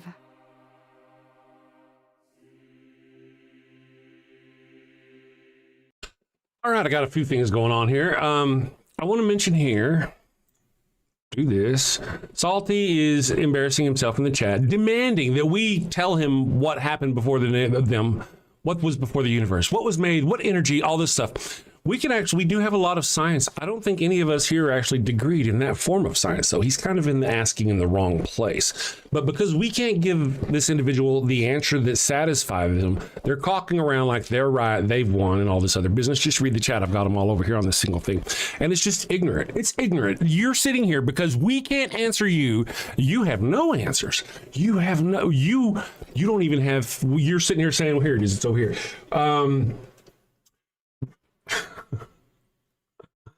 Let's see. A very specific question. Sorry, my chat moves. Science doesn't take away from it. You didn't answer the science if you think it's... All right, damn it. It moved. What kind of energy went into the well, the laws of physics show us quite a few things. Energy is key. What kind of energy went into the Big Bang? Was it light? Was it sound? What caused the forming or expansion of the universe? If our only physical evidence is the picture of the Big Bang, what is the evidence of a universe before the Big Bang? Okay, you all seem to know what the Big Bang is, yet you can't describe it to me. We can't describe it to you? I actually described it earlier in the show. There's a theory out that says the Big Bang was actually the formation of a black hole in another universe and a singularity. And we have, this is the thing, you're not going to believe it or understand it. There's this thing that's called, where there's no energy at all. There's just quantum bubbling stuff, right? Where energy just comes into the universe, just magically pops into the universe. And there's also the rate at which energy going into a black hole is, anyway, it's possible we could be in a black hole. I told you that earlier. You don't care. No, you just didn't. Well, how do I prove the universe before? I don't know how to prove the universe before that. I don't know. I can tell you the scientists are really leaning hard to where they say that the formation of our galaxy, science and lots of math equations, really does fit the formation of a black hole. Okay, that's just one theory. Now, after denying all of the science and evolution and the Big Bang, all the stuff, now you're going to say, well, the laws of physics show us quite a few things. Like you seem to have a grasp on anything related to the laws of physics. Really? I mean, this whole thing, we can't answer your question about the energy in the universe. I mean, we did answer your question. You just didn't listen. No answer we're going to give you is going to be good enough. No answer. None. But we do actually have evidence to a degree on certain things. That's not good enough. It's not good enough. Are you an anti-evolution person? So if you're an anti-evolution person, then you're going to deny the science of biology, archaeology, all these ologies. Deny all the billions of pieces of evidence and research, deny all of it. So what kind of science, what proof would work for you? What could possibly work for you? Now, somehow, though, you seem to think that your God did this. You can't prove it in any way. Can you prove it? You have no way of proving it. No evidence whatsoever. And you doubt all of this stuff. You can't believe, you cannot wrap your tiny, tiny little brain around the notion that the universe, effect before cause, could have kicked itself off. That's a new quantum theory. But you can't believe that. You can't even wrap your mind around that. And yet you believe a God creature popped into existence, fully formed, sat around, made angels, fought with those angels, then decided to create us and the universe, or however that happened. Really, you believe all that with no evidence. Zero evidence. How much evidence? How much evidence do you have? Zero evidence. And thankfully, one of you Christians put in the chat my evidence for how powerless your God is. Oh my goodness, thank you for this. Thank you. I couldn't do this alone. I couldn't do this without your support, Christians. Let me look. Drew, 30FL, 30 fluid ounces, I think. Cool. Says, Jesus, I pray you touch this man's heart.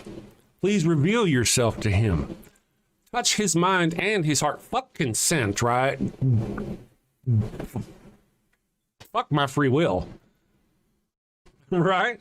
It doesn't matter if I want these things. You're going to have your God creature force it on me. I appreciate you. Thank you.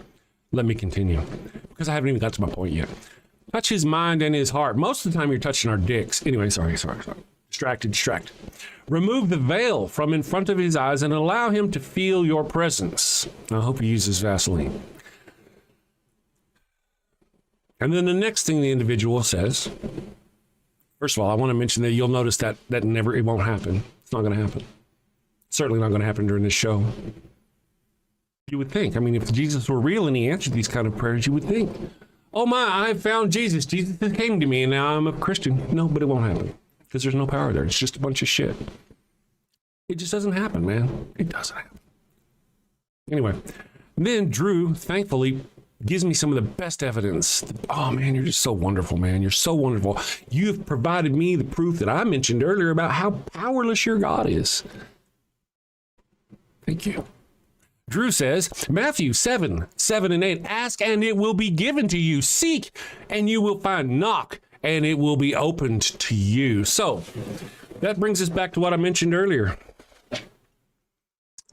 Why do you not have priests, nuns, whoever, going from hospital bed to hospital bed and praying, ask for it in Jesus' name and it will be given? Why aren't they doing that? Why do we have sick people at all? If there were power there, why don't we have nuns going from church to church, or hospital bed to hospital bed to hospital, to be on the news all over the place where they're miraculously healing people? There would be no hospitals, would there? Would there? Would there? And yet, there's no power there. None.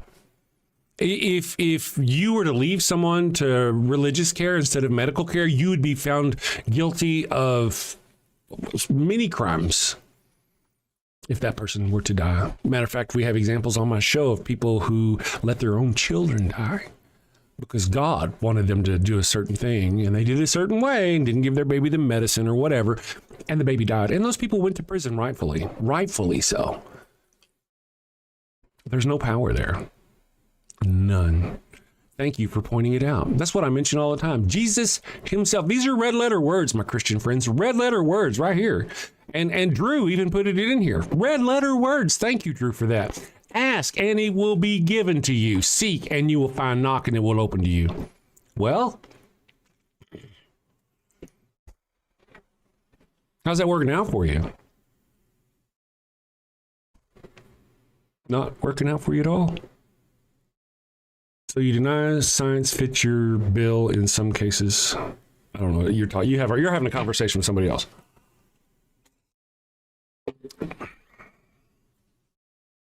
So it's one of those things. I think it's very cute. Thank you for putting that evidence in there. Your God has no power. None. It tells you right there what to do. This is just one example in case you're not certain. There's another time, is it in Mark, where he says the faith of a mustard seed. If you have the faith of a mustard seed, you can do anything. You can move a mountain. You can tell this tree to get up and move, and it'll go move. If you have enough faith, you can do the same miracles and more that I have done. Said Jesus. My belief is he was speaking unto his disciples, and that's the excuse Christians will tell you. There's no power there. None. No power. Hello, Dirty Up and Holy Water. Good morning. For those of you who don't know, if you go into almost any place where they have holy, like Catholic churches where they dip their fingers in the holy water, it's almost always contaminated with E. coli and poo-poo bacteria because people go to the bathroom and don't wash their hands, and then they dip their hands in there. So holy water is, in fact, quite filthy. It really is. I mean, that type of... Oh, that's why we have Father Flanagan's line. Oh, I got to play this for you guys. You're going to love this. Check this out. Next up in the bark bank, a clergyman with a holy hustle and maybe a few unholy loopholes. Hi, Barks.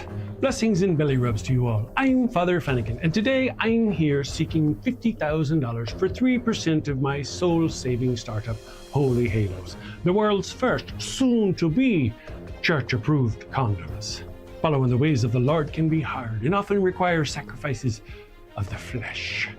Well, fear not, my wayward child. Introducing Father Flanagan's line of Holy Halo condoms. Hold on, Father. The church very much doesn't like condoms. How do you expect to sell these? Well, you're right, but these aren't just any condoms. No, my furry financiers, these are permeable. But every single halo has been dipped in holy water, a divine divider between you and sin. You can finally frolic freely and still keep that sweet spot in heaven. Permeable, but dipped in holy water to keep the sin out, but let the babies in. Let you get your stick wet without getting your stick stuck. If you know what I mean. Oh my! Very embarrassing every time. So basically they don't work as condoms, but they let you get away with having sex without going to hell? Exactly. The church gets to keep making babies, but you don't have to keep going to confession. Think of it. No more guilt, no more awkward "I'm saving myself for marriage" speeches. With Holy Halos, you can take those pray hands and turn them into lay hands. Didn't I read that holy water is full of bacteria like E. coli? Won't this be harmful to women's health? The words are English, but I don't understand the question. How are you addressing the issue holy water presents for women's health? Again, I'm not understanding. She does that. Well, we don't get it either. Is that mesh from a window screen? Ah, that's a keen eye you have there, young lass. Yes, yes. Another fine selling point. Rough on the outside to increase her shame, as it should be. But soft and smooth on the inside, internally lubed and ribbed for his pleasure. We even have custom scents. Scents? Now you have my attention. What flavors we talking? Don't pitch me that vanilla missionary nonsense, Padre. Well, we do have virgin vanilla, but we also have miracle mint and cooing camel, and my personal favorite, sweat of the Savior. And the Vatican, they've blessed this endeavor? Well, not exactly. I'm still waiting on the papal decree one way or the other. I love it, but you're asking 50 grand for only 3%. That's rough, Father, real rough. Not running with the big dogs on this one. I'm gonna stay on the porch. Me too. Good luck, Father. 15%. Ouch, 15%, that's highway robbery even for the church. Come on, Father. We're dogs. We know a bone when we see one. 10%, and we'll even bless your branding. Look, meet me in the middle, 7%, and I'll baptize all your puppies. 7% works for me. Father Flanagan, it looks like Wait a second. Our producers say we have a special call-in bidder.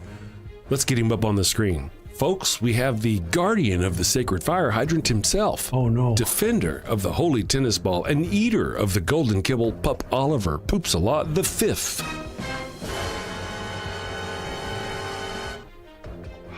Flanagan! Yes, your pope. 50,000 at 20%. 20%? And you get to keep calling yourself a father. Sold to the pup in the very fine hat. I knew you'd see it my way. You're very wise, your hiney. Would there be anything else? He may leave. Father Flanagan's line of holy halos, ultra thin, spiritually thick. Available in 3 sizes: conservative, medium, and liberal. All right, one sec.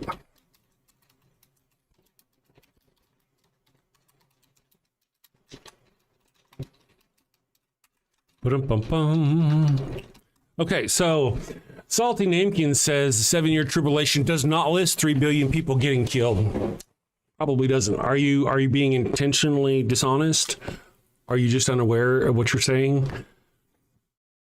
I'm just curious. You say it mentions only the numbers 666 and I think 12,000. That's the only numbers it mentions, and that may be the only numbers it mentions. That may be. But does it say something like we go on to destroy all the wicked on the planet or anything like that? Let's see. I'm not sure. It's been a while since I've been through it. Let's see here. The 9:15 where 4 angels kill a third of humanity in one event. So let's go. The Revelation 9:15, the clearest revelation, where 4 angels kill a third of humanity in one event. All right, my friend, you're like, oh, 12,000 from each tribe. No, a third of humanity is billions of fucking people. Billions of fucking people. Right here, your own God creature coming back and murdering billions of people. And what for? Why for? Why would God do that? Why? Well, because they don't believe right. They don't worship correctly. That's their only sin. Or that's all that it has to be, is they don't believe right.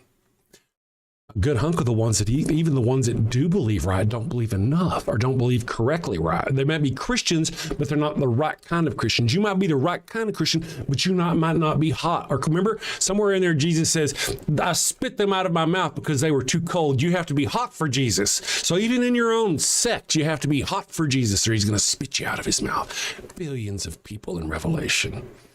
So were you intentionally being dishonest? Salty, I'm talking to you. Okay, I'm just kind of curious. Well, the chat is so behind. I can't blame you for answering me in a reasonable time. And by the time I see half your shit, it's gone anyway. So anyway, that's the whole thing. Billions of people. That's just one example right there. Oh, this here says just before Revelation attributes that same number of mankind to 3 plagues of fire, smoke, and sulfur. And earlier Revelation 8:11 kills many from the poisoned waters of wormwood. It doesn't say how many.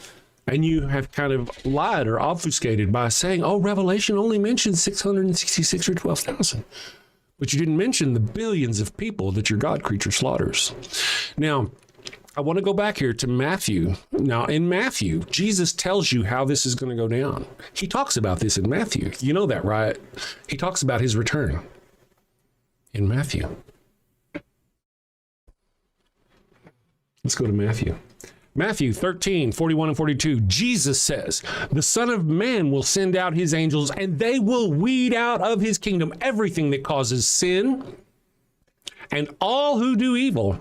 Now, listen, you don't have to be a person who steals or rapes or murders in order to do either one of those things. The only thing required to be a sin is to not believe correctly, to not worship correctly, to not tithe enough, to not whatever, right? That's all that is required. And all who do evil, who does evil? So we're talking about all the Muslims, all the Hindu, all the atheists, everybody but those who are not Christians. That's what Jesus is talking about right here, right? Now, when we talked about this on the show the other day, we looked it up. There's about 2.4 billion Christians on the planet, but 8 billion people. That means if Jesus were to return now, and the only criteria were that you were a Christian to be saved, Jesus and his angels would spend the next 7 years killing off 6 billion people. According to Matthew 13:41 and 42. Now, it's even more than that, because even Jesus, remember, you got to be a certain temperature. You can't be cold for Jesus, but the right kind of Catholic. If he loves Catholics, but you're not hot enough for Jesus, he's going to spit you out of his mouth. So even Christians, even most of you are not going to be saved. Billions of people Jesus is going to murder, and his angels. And it actually says, here, listen, bear with me. He's not going to do it in like a cool fashion. Matthew 13:41, he's going to do it like fucking Hitler Jesus. You should get Jesus on the cross with a little. Matthew 13:41 and 42, the Son of Man will send out his angels, and they will weed out of his kingdom everything that causes sin and all who do evil. They will throw them into the blazing furnace, where there will be weeping and gnashing of teeth. You've heard the weeping and gnashing of teeth thing before, right? You didn't know, or did you know, that it was when Jesus was talking about when he was going to return and murder billions of people with a B. Right? That's how many sinful and wicked people there are. Then, I mean, if you're a doubter, if you're thinking I'm taking it out of context, you're welcome to go read it. I encourage you to go read it. It says it again in Matthew. Again, it says it twice. It says it. The second time in Matthew 13:47 and 50, it says, it goes on about itself, but eventually it gets down to, this is how it will be at the end of the age. The angels will come and separate the wicked from the righteous and throw them into the blazing furnace, where there will be weeping and gnashing of teeth. Now, so that means, again, anybody who's not the right kind of Christian, and we're talking children, babies, kids, everybody. If you're not the right kind of Christian, you're dead. Baby, it doesn't matter. Again, this is Jesus talking about how him and his angels are coming back to do a wholesale slaughter. Why would all of a sudden the God creature start not killing babies? Look at all the times in the Old Testament God creature specifically calls for the murder of children. Over and over and over again. Either it's calling for the murder of children, or it actually goes and murders children. God doesn't kill children. Well, you can't really count the flood, Chris, because that's just, well, no, all right, let's not count the flood. There are lots God kills lots of children. God personally kills children. He sends his angels to kill children. He hardened the Pharaoh's heart so he could show Egypt his true self. His true self was the 10 plagues. The last of the 10 plagues was God creature murdering the first to breach the womb of every person, the firstborn of every household. God murdering babies. Moses and God, on God's command, Moses commanding his men to murder the little ones among the males. All the adult males, all the women who had known a man, and all the little ones among the girls who had not known a man.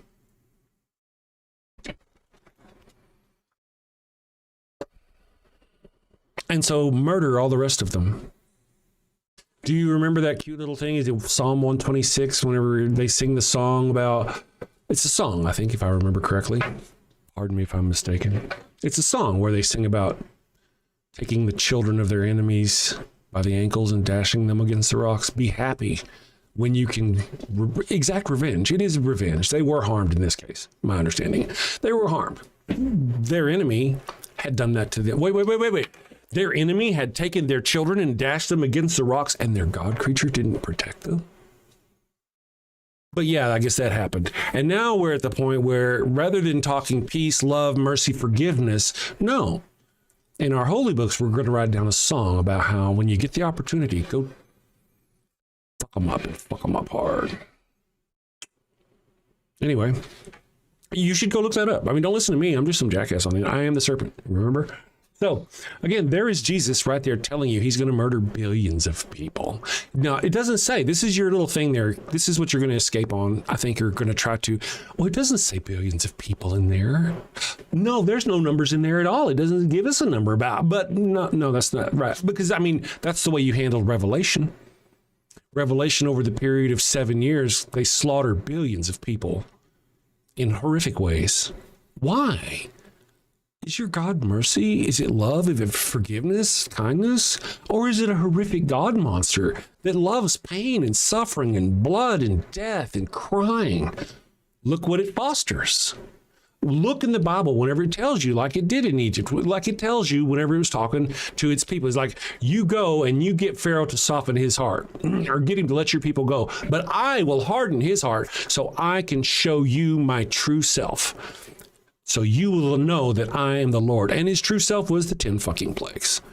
That's what his true self was. Go look for yourself. That's the God you worship. You think Jesus fuzzy. But remember, it's just a new covenant. A new covenant is a new agreement. It's like how you interact with the God creature, how you the agreements you have between each other. It doesn't change the nature of the God creature.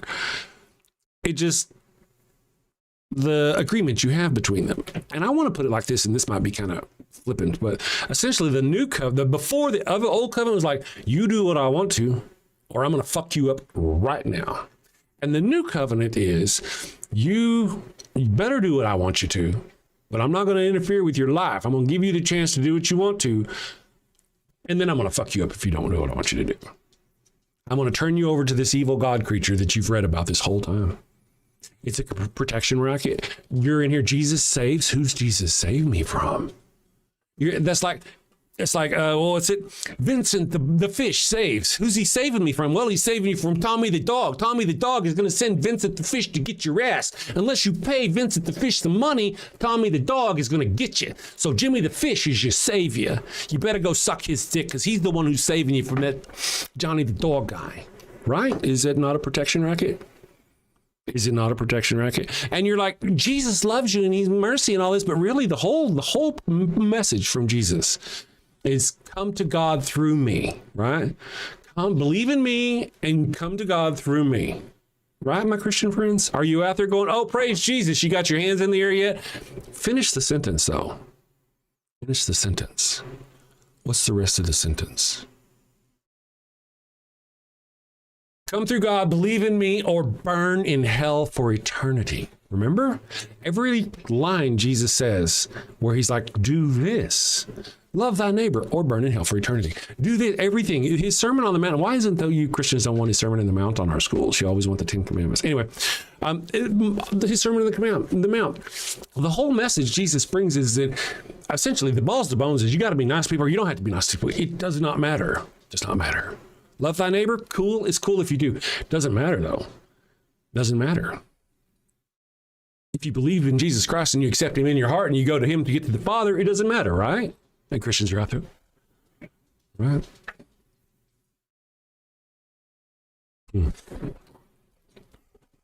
Billions of people Jesus is bragging about coming back and killing. They deserved it, right?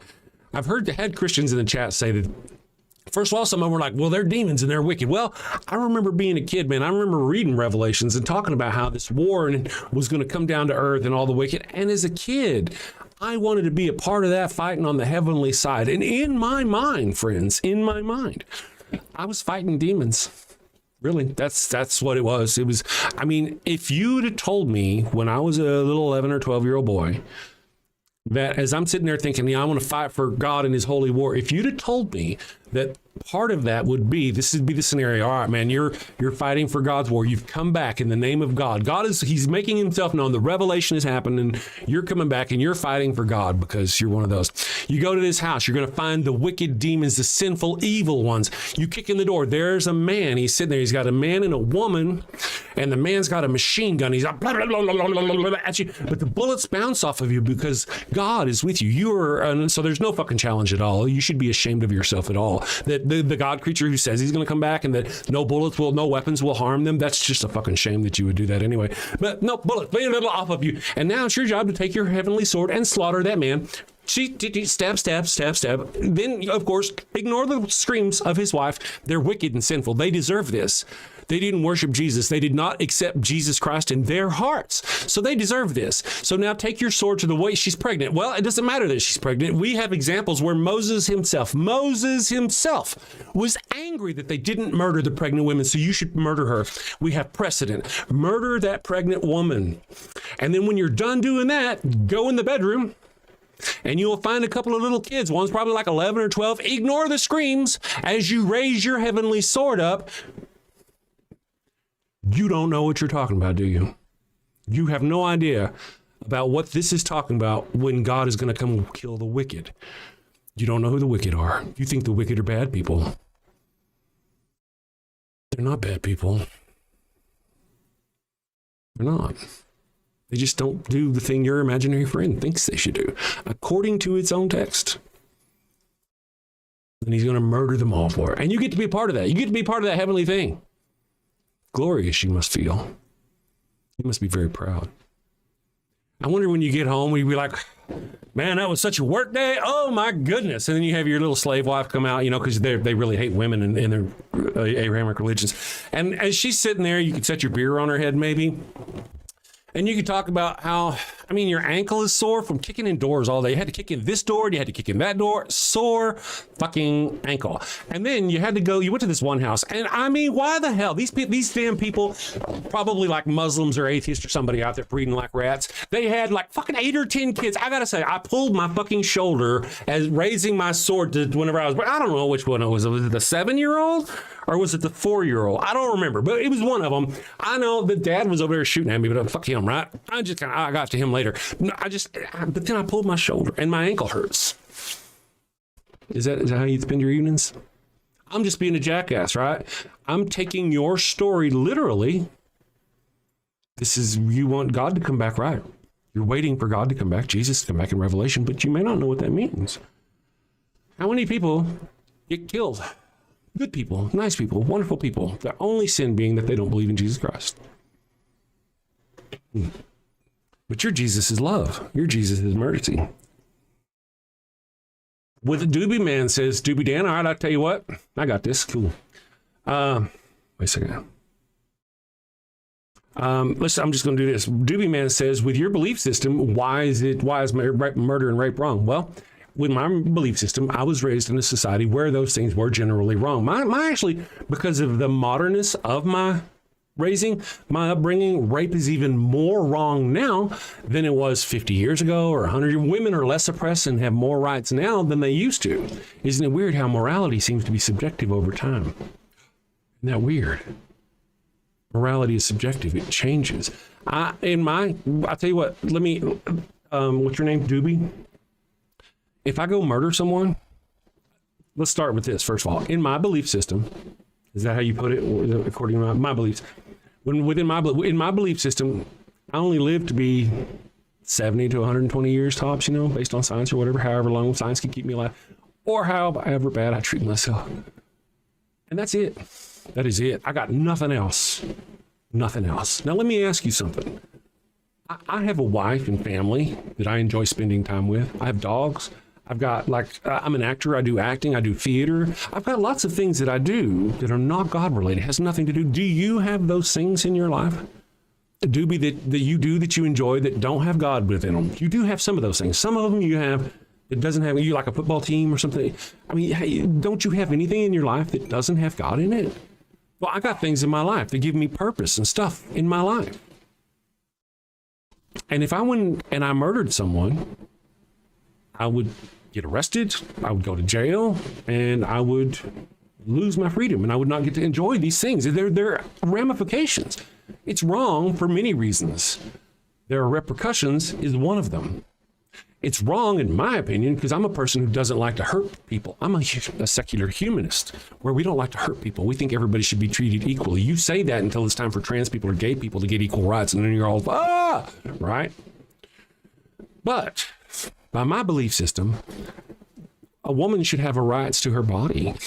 And that's why rape is wrong. Or anybody, really. Anybody should have rights to consent. Remember earlier one of you Christians was praying for me, and I was like, hey, wait, I got no consent in this? I try to give people consent, especially whenever it comes to things like, that sort of thing. That's why my society that I grew up in gave me those morals. How well I apply them varies from person to person, right? How well they were paying attention when those lessons in life were taught. My dad taught me a lot of things about respect for women and all that business. I'm one of those guys now that opens doors for my wife. I mean, we've been married 11 years and I still open the doors for her. Just kind of, a set of thinking of how people should be treated. And by that, murder and rape are wrong. Now, Doobie, by your belief system, why are murder and rape wrong? Can you give me examples why? According to your holy book, murder was very right. It was done over and over again for numerous reasons. I mean, I don't know whether you want to talk about Cain. Cain's a great example. Cain murdered Abel. I gotta bathe bathing. Cain murdered Abel, right? Was Cain punished? No. Cain got all the blessings of the God of the Old Testament. Got a mark on his head so he could live a long life. That was a blessing of the Old Testament. He had a son. That was a blessing of the Old Testament. He went on to have found a city and have nations. That was blessings from of God in the Old Testament.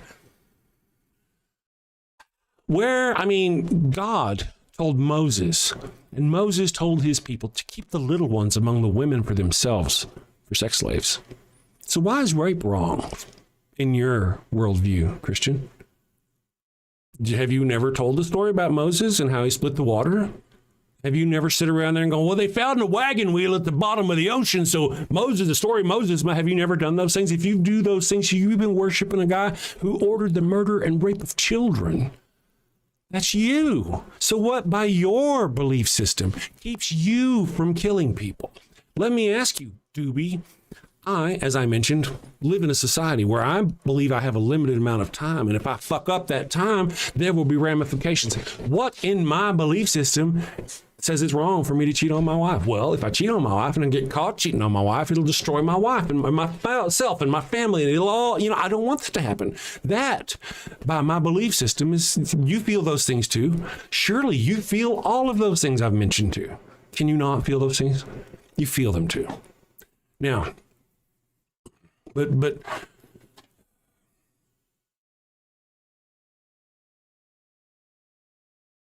I've given you reasons why, according to your belief system, murder and rape should be absolutely okay. Right? I mean, I can give you more examples. Sure, they say do not murder in the Bible, and God commands them to go instantly murder lots of people. In fact, wipe out an entire group of people. Man, woman, and child. And of course, obviously, Christians have been following those examples for 2,000 years. How many millions of people have been murdered at the end of a sword, of a Christian sword? Christians, Muslims, everybody else. So by your worldview, why is murder and rape wrong? Mary was raped. Mary was a 12-year-old girl, maybe 13 at best. According to our standards today, Mary was a child, and God would have been a pedophile arrested and thrown in jail. Can you repeat that in the chat for me? Mary was a child and God was a pedophile. Can you put that in the chat for me? Please put that for me. Go ahead.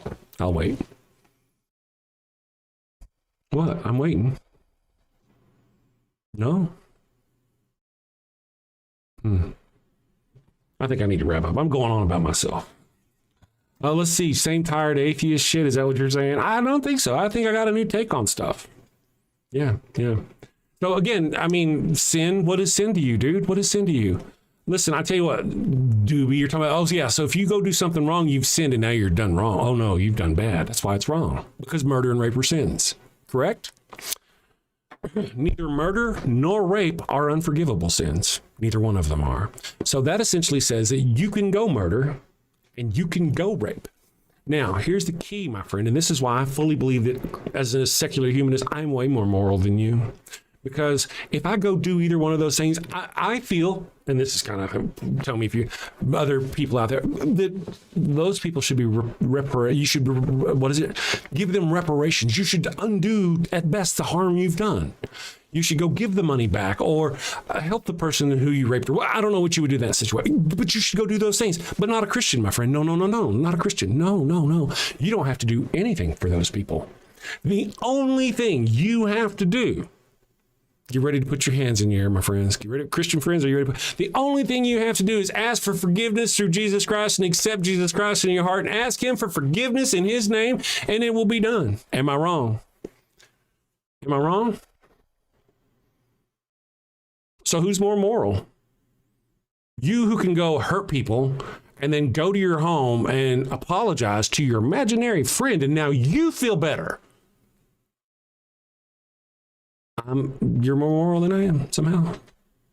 And then let's take this one step further just before I go away.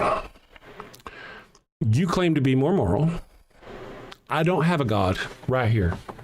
I do not have a God right here behind me watching everything I do. I do not. You do. You believe God watches everything you do. You and God. I don't have a God. So when I don't rape, when I don't murder, it's not because I'm afraid that this evil God is going to hurt me later for doing so. That's not why I'm not afraid of that God. That's why I don't do it, right? Because there's not a God behind me. But there is one behind you. And you come in here asking me, how in my world is murder and rape wrong? Well, let me ask you, Christian friend, are you dangerous? Are you a dangerous individual? Is the belief that the God creature behind you, watching you all the time, the only thing that keeps you from murdering and raping people? Who's more moral, me or you? I don't murder and rape people because I feel like my worldview tells me not to, because blah, blah, blah, blah. Yours, what does yours tell you? Yours tells you can go do it and get away with it as long as you apologize to Jesus Christ. I mean, the real deal, the real balls to bones, the only thing that matters in the end is whether you get into heaven. And the only way into heaven is how? Through Jesus Christ. If you've offended Jesus Christ through sin, you should do what? Ask for forgiveness. From whom? From Jesus Christ. No, nothing to the other person, just Jesus Christ. Who's more moral? You're more moral than me. And so are you, again, I got to ask the question one more time. Go live in North Korea, Mr. Atheist. That's funny. Hey, Isaac, you know what? North Korea is a lot like God. You should go watch Christopher Hitchens on God in North Korea. Heaven is like North Korea. There's God, Kim Jong-un. He has like a general or two, and then everybody underneath that does what they say. Is heaven any different? Do you get a vote in heaven? Huh?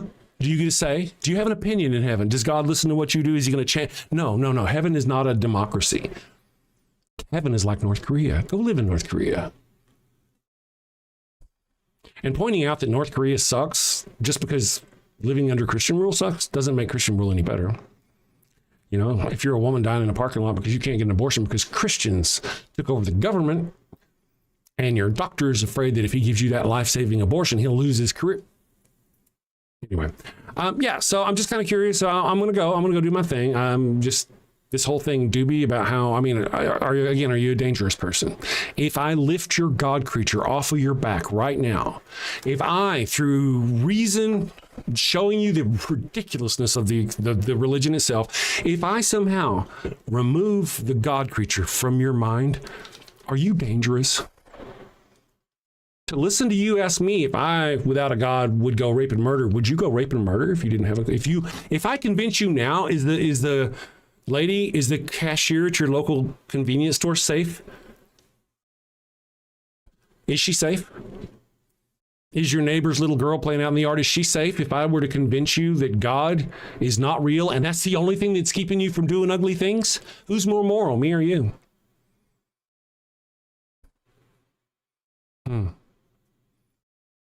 I want to thank everybody for our super chat today. I have gone on about myself. I got a dog to bathe and shave. She needs a shaving too. She just does need a shaving. Like her papa needs a shaving. Guitar Dog for $10 says, oh, wait a second. Let me start at the top. Matthew Mulkeen for $2 says, in appreciation of the Star Trek TOS background. Yes, thank you very much. Let me see TOS. Silverfet for $5. Christians and demons have the same faith. In fact, demons obey God better than Christians do. They at least perform their duty, at least what my understanding of what that duty is. They perform it. If angels are supposed to protect us from them, they're not doing a very good job because they're always talking about how shitty the place is. Anyway, maybe Christians are demons. It would seem that way. They worship a pit demon from hell, as described. So thank you for that. $5, Matthew McQueen says, I grew up watching Star Trek in the 80s. Suggest you look up how James Doohan, Canadian himself, came up with the character of Scotty and his World War II Normandy injury. Well, is it with this one? I think it's this one. Yeah, I'm aware. He was shot by his own guy with a machine gun and lost a finger. Yeah. I grew up watching. Yes, that's right. And he actually, I think they flew his stuff into space and all. I really appreciate them. They're our old heroes from our youth. And then a Guitar Dog for $10 says, belief in a cruel God makes a cruel man. Thomas Paine. Hope your puppy is doing okay. Bailey's doing great. She's doing much better. She was on the show earlier, so she is doing better. Thank you all for the support. I very much appreciate you guys. I'm going to wrap this up. Let's see here. Now, this guy says, Devin Stan. Hey, is it David Devadson? Says, I know I said I was going to go. I got a couple here that just said, I just got to play with them. Says, this guy knows nothing about Christianity.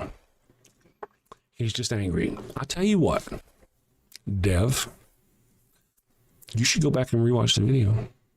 Today's probably not a good day. I didn't really refer to a lot of specific things that you could, but today, go do it. Go watch Friday's show or Thursday's show. Go watch any of my shows. And then get you a pen and piece of paper and you write down what I'm talking about.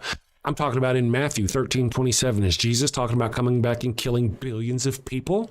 So Matthew 13:27, Jesus says he's going to come back and kill all those who are wicked and do evil, all who are sinful.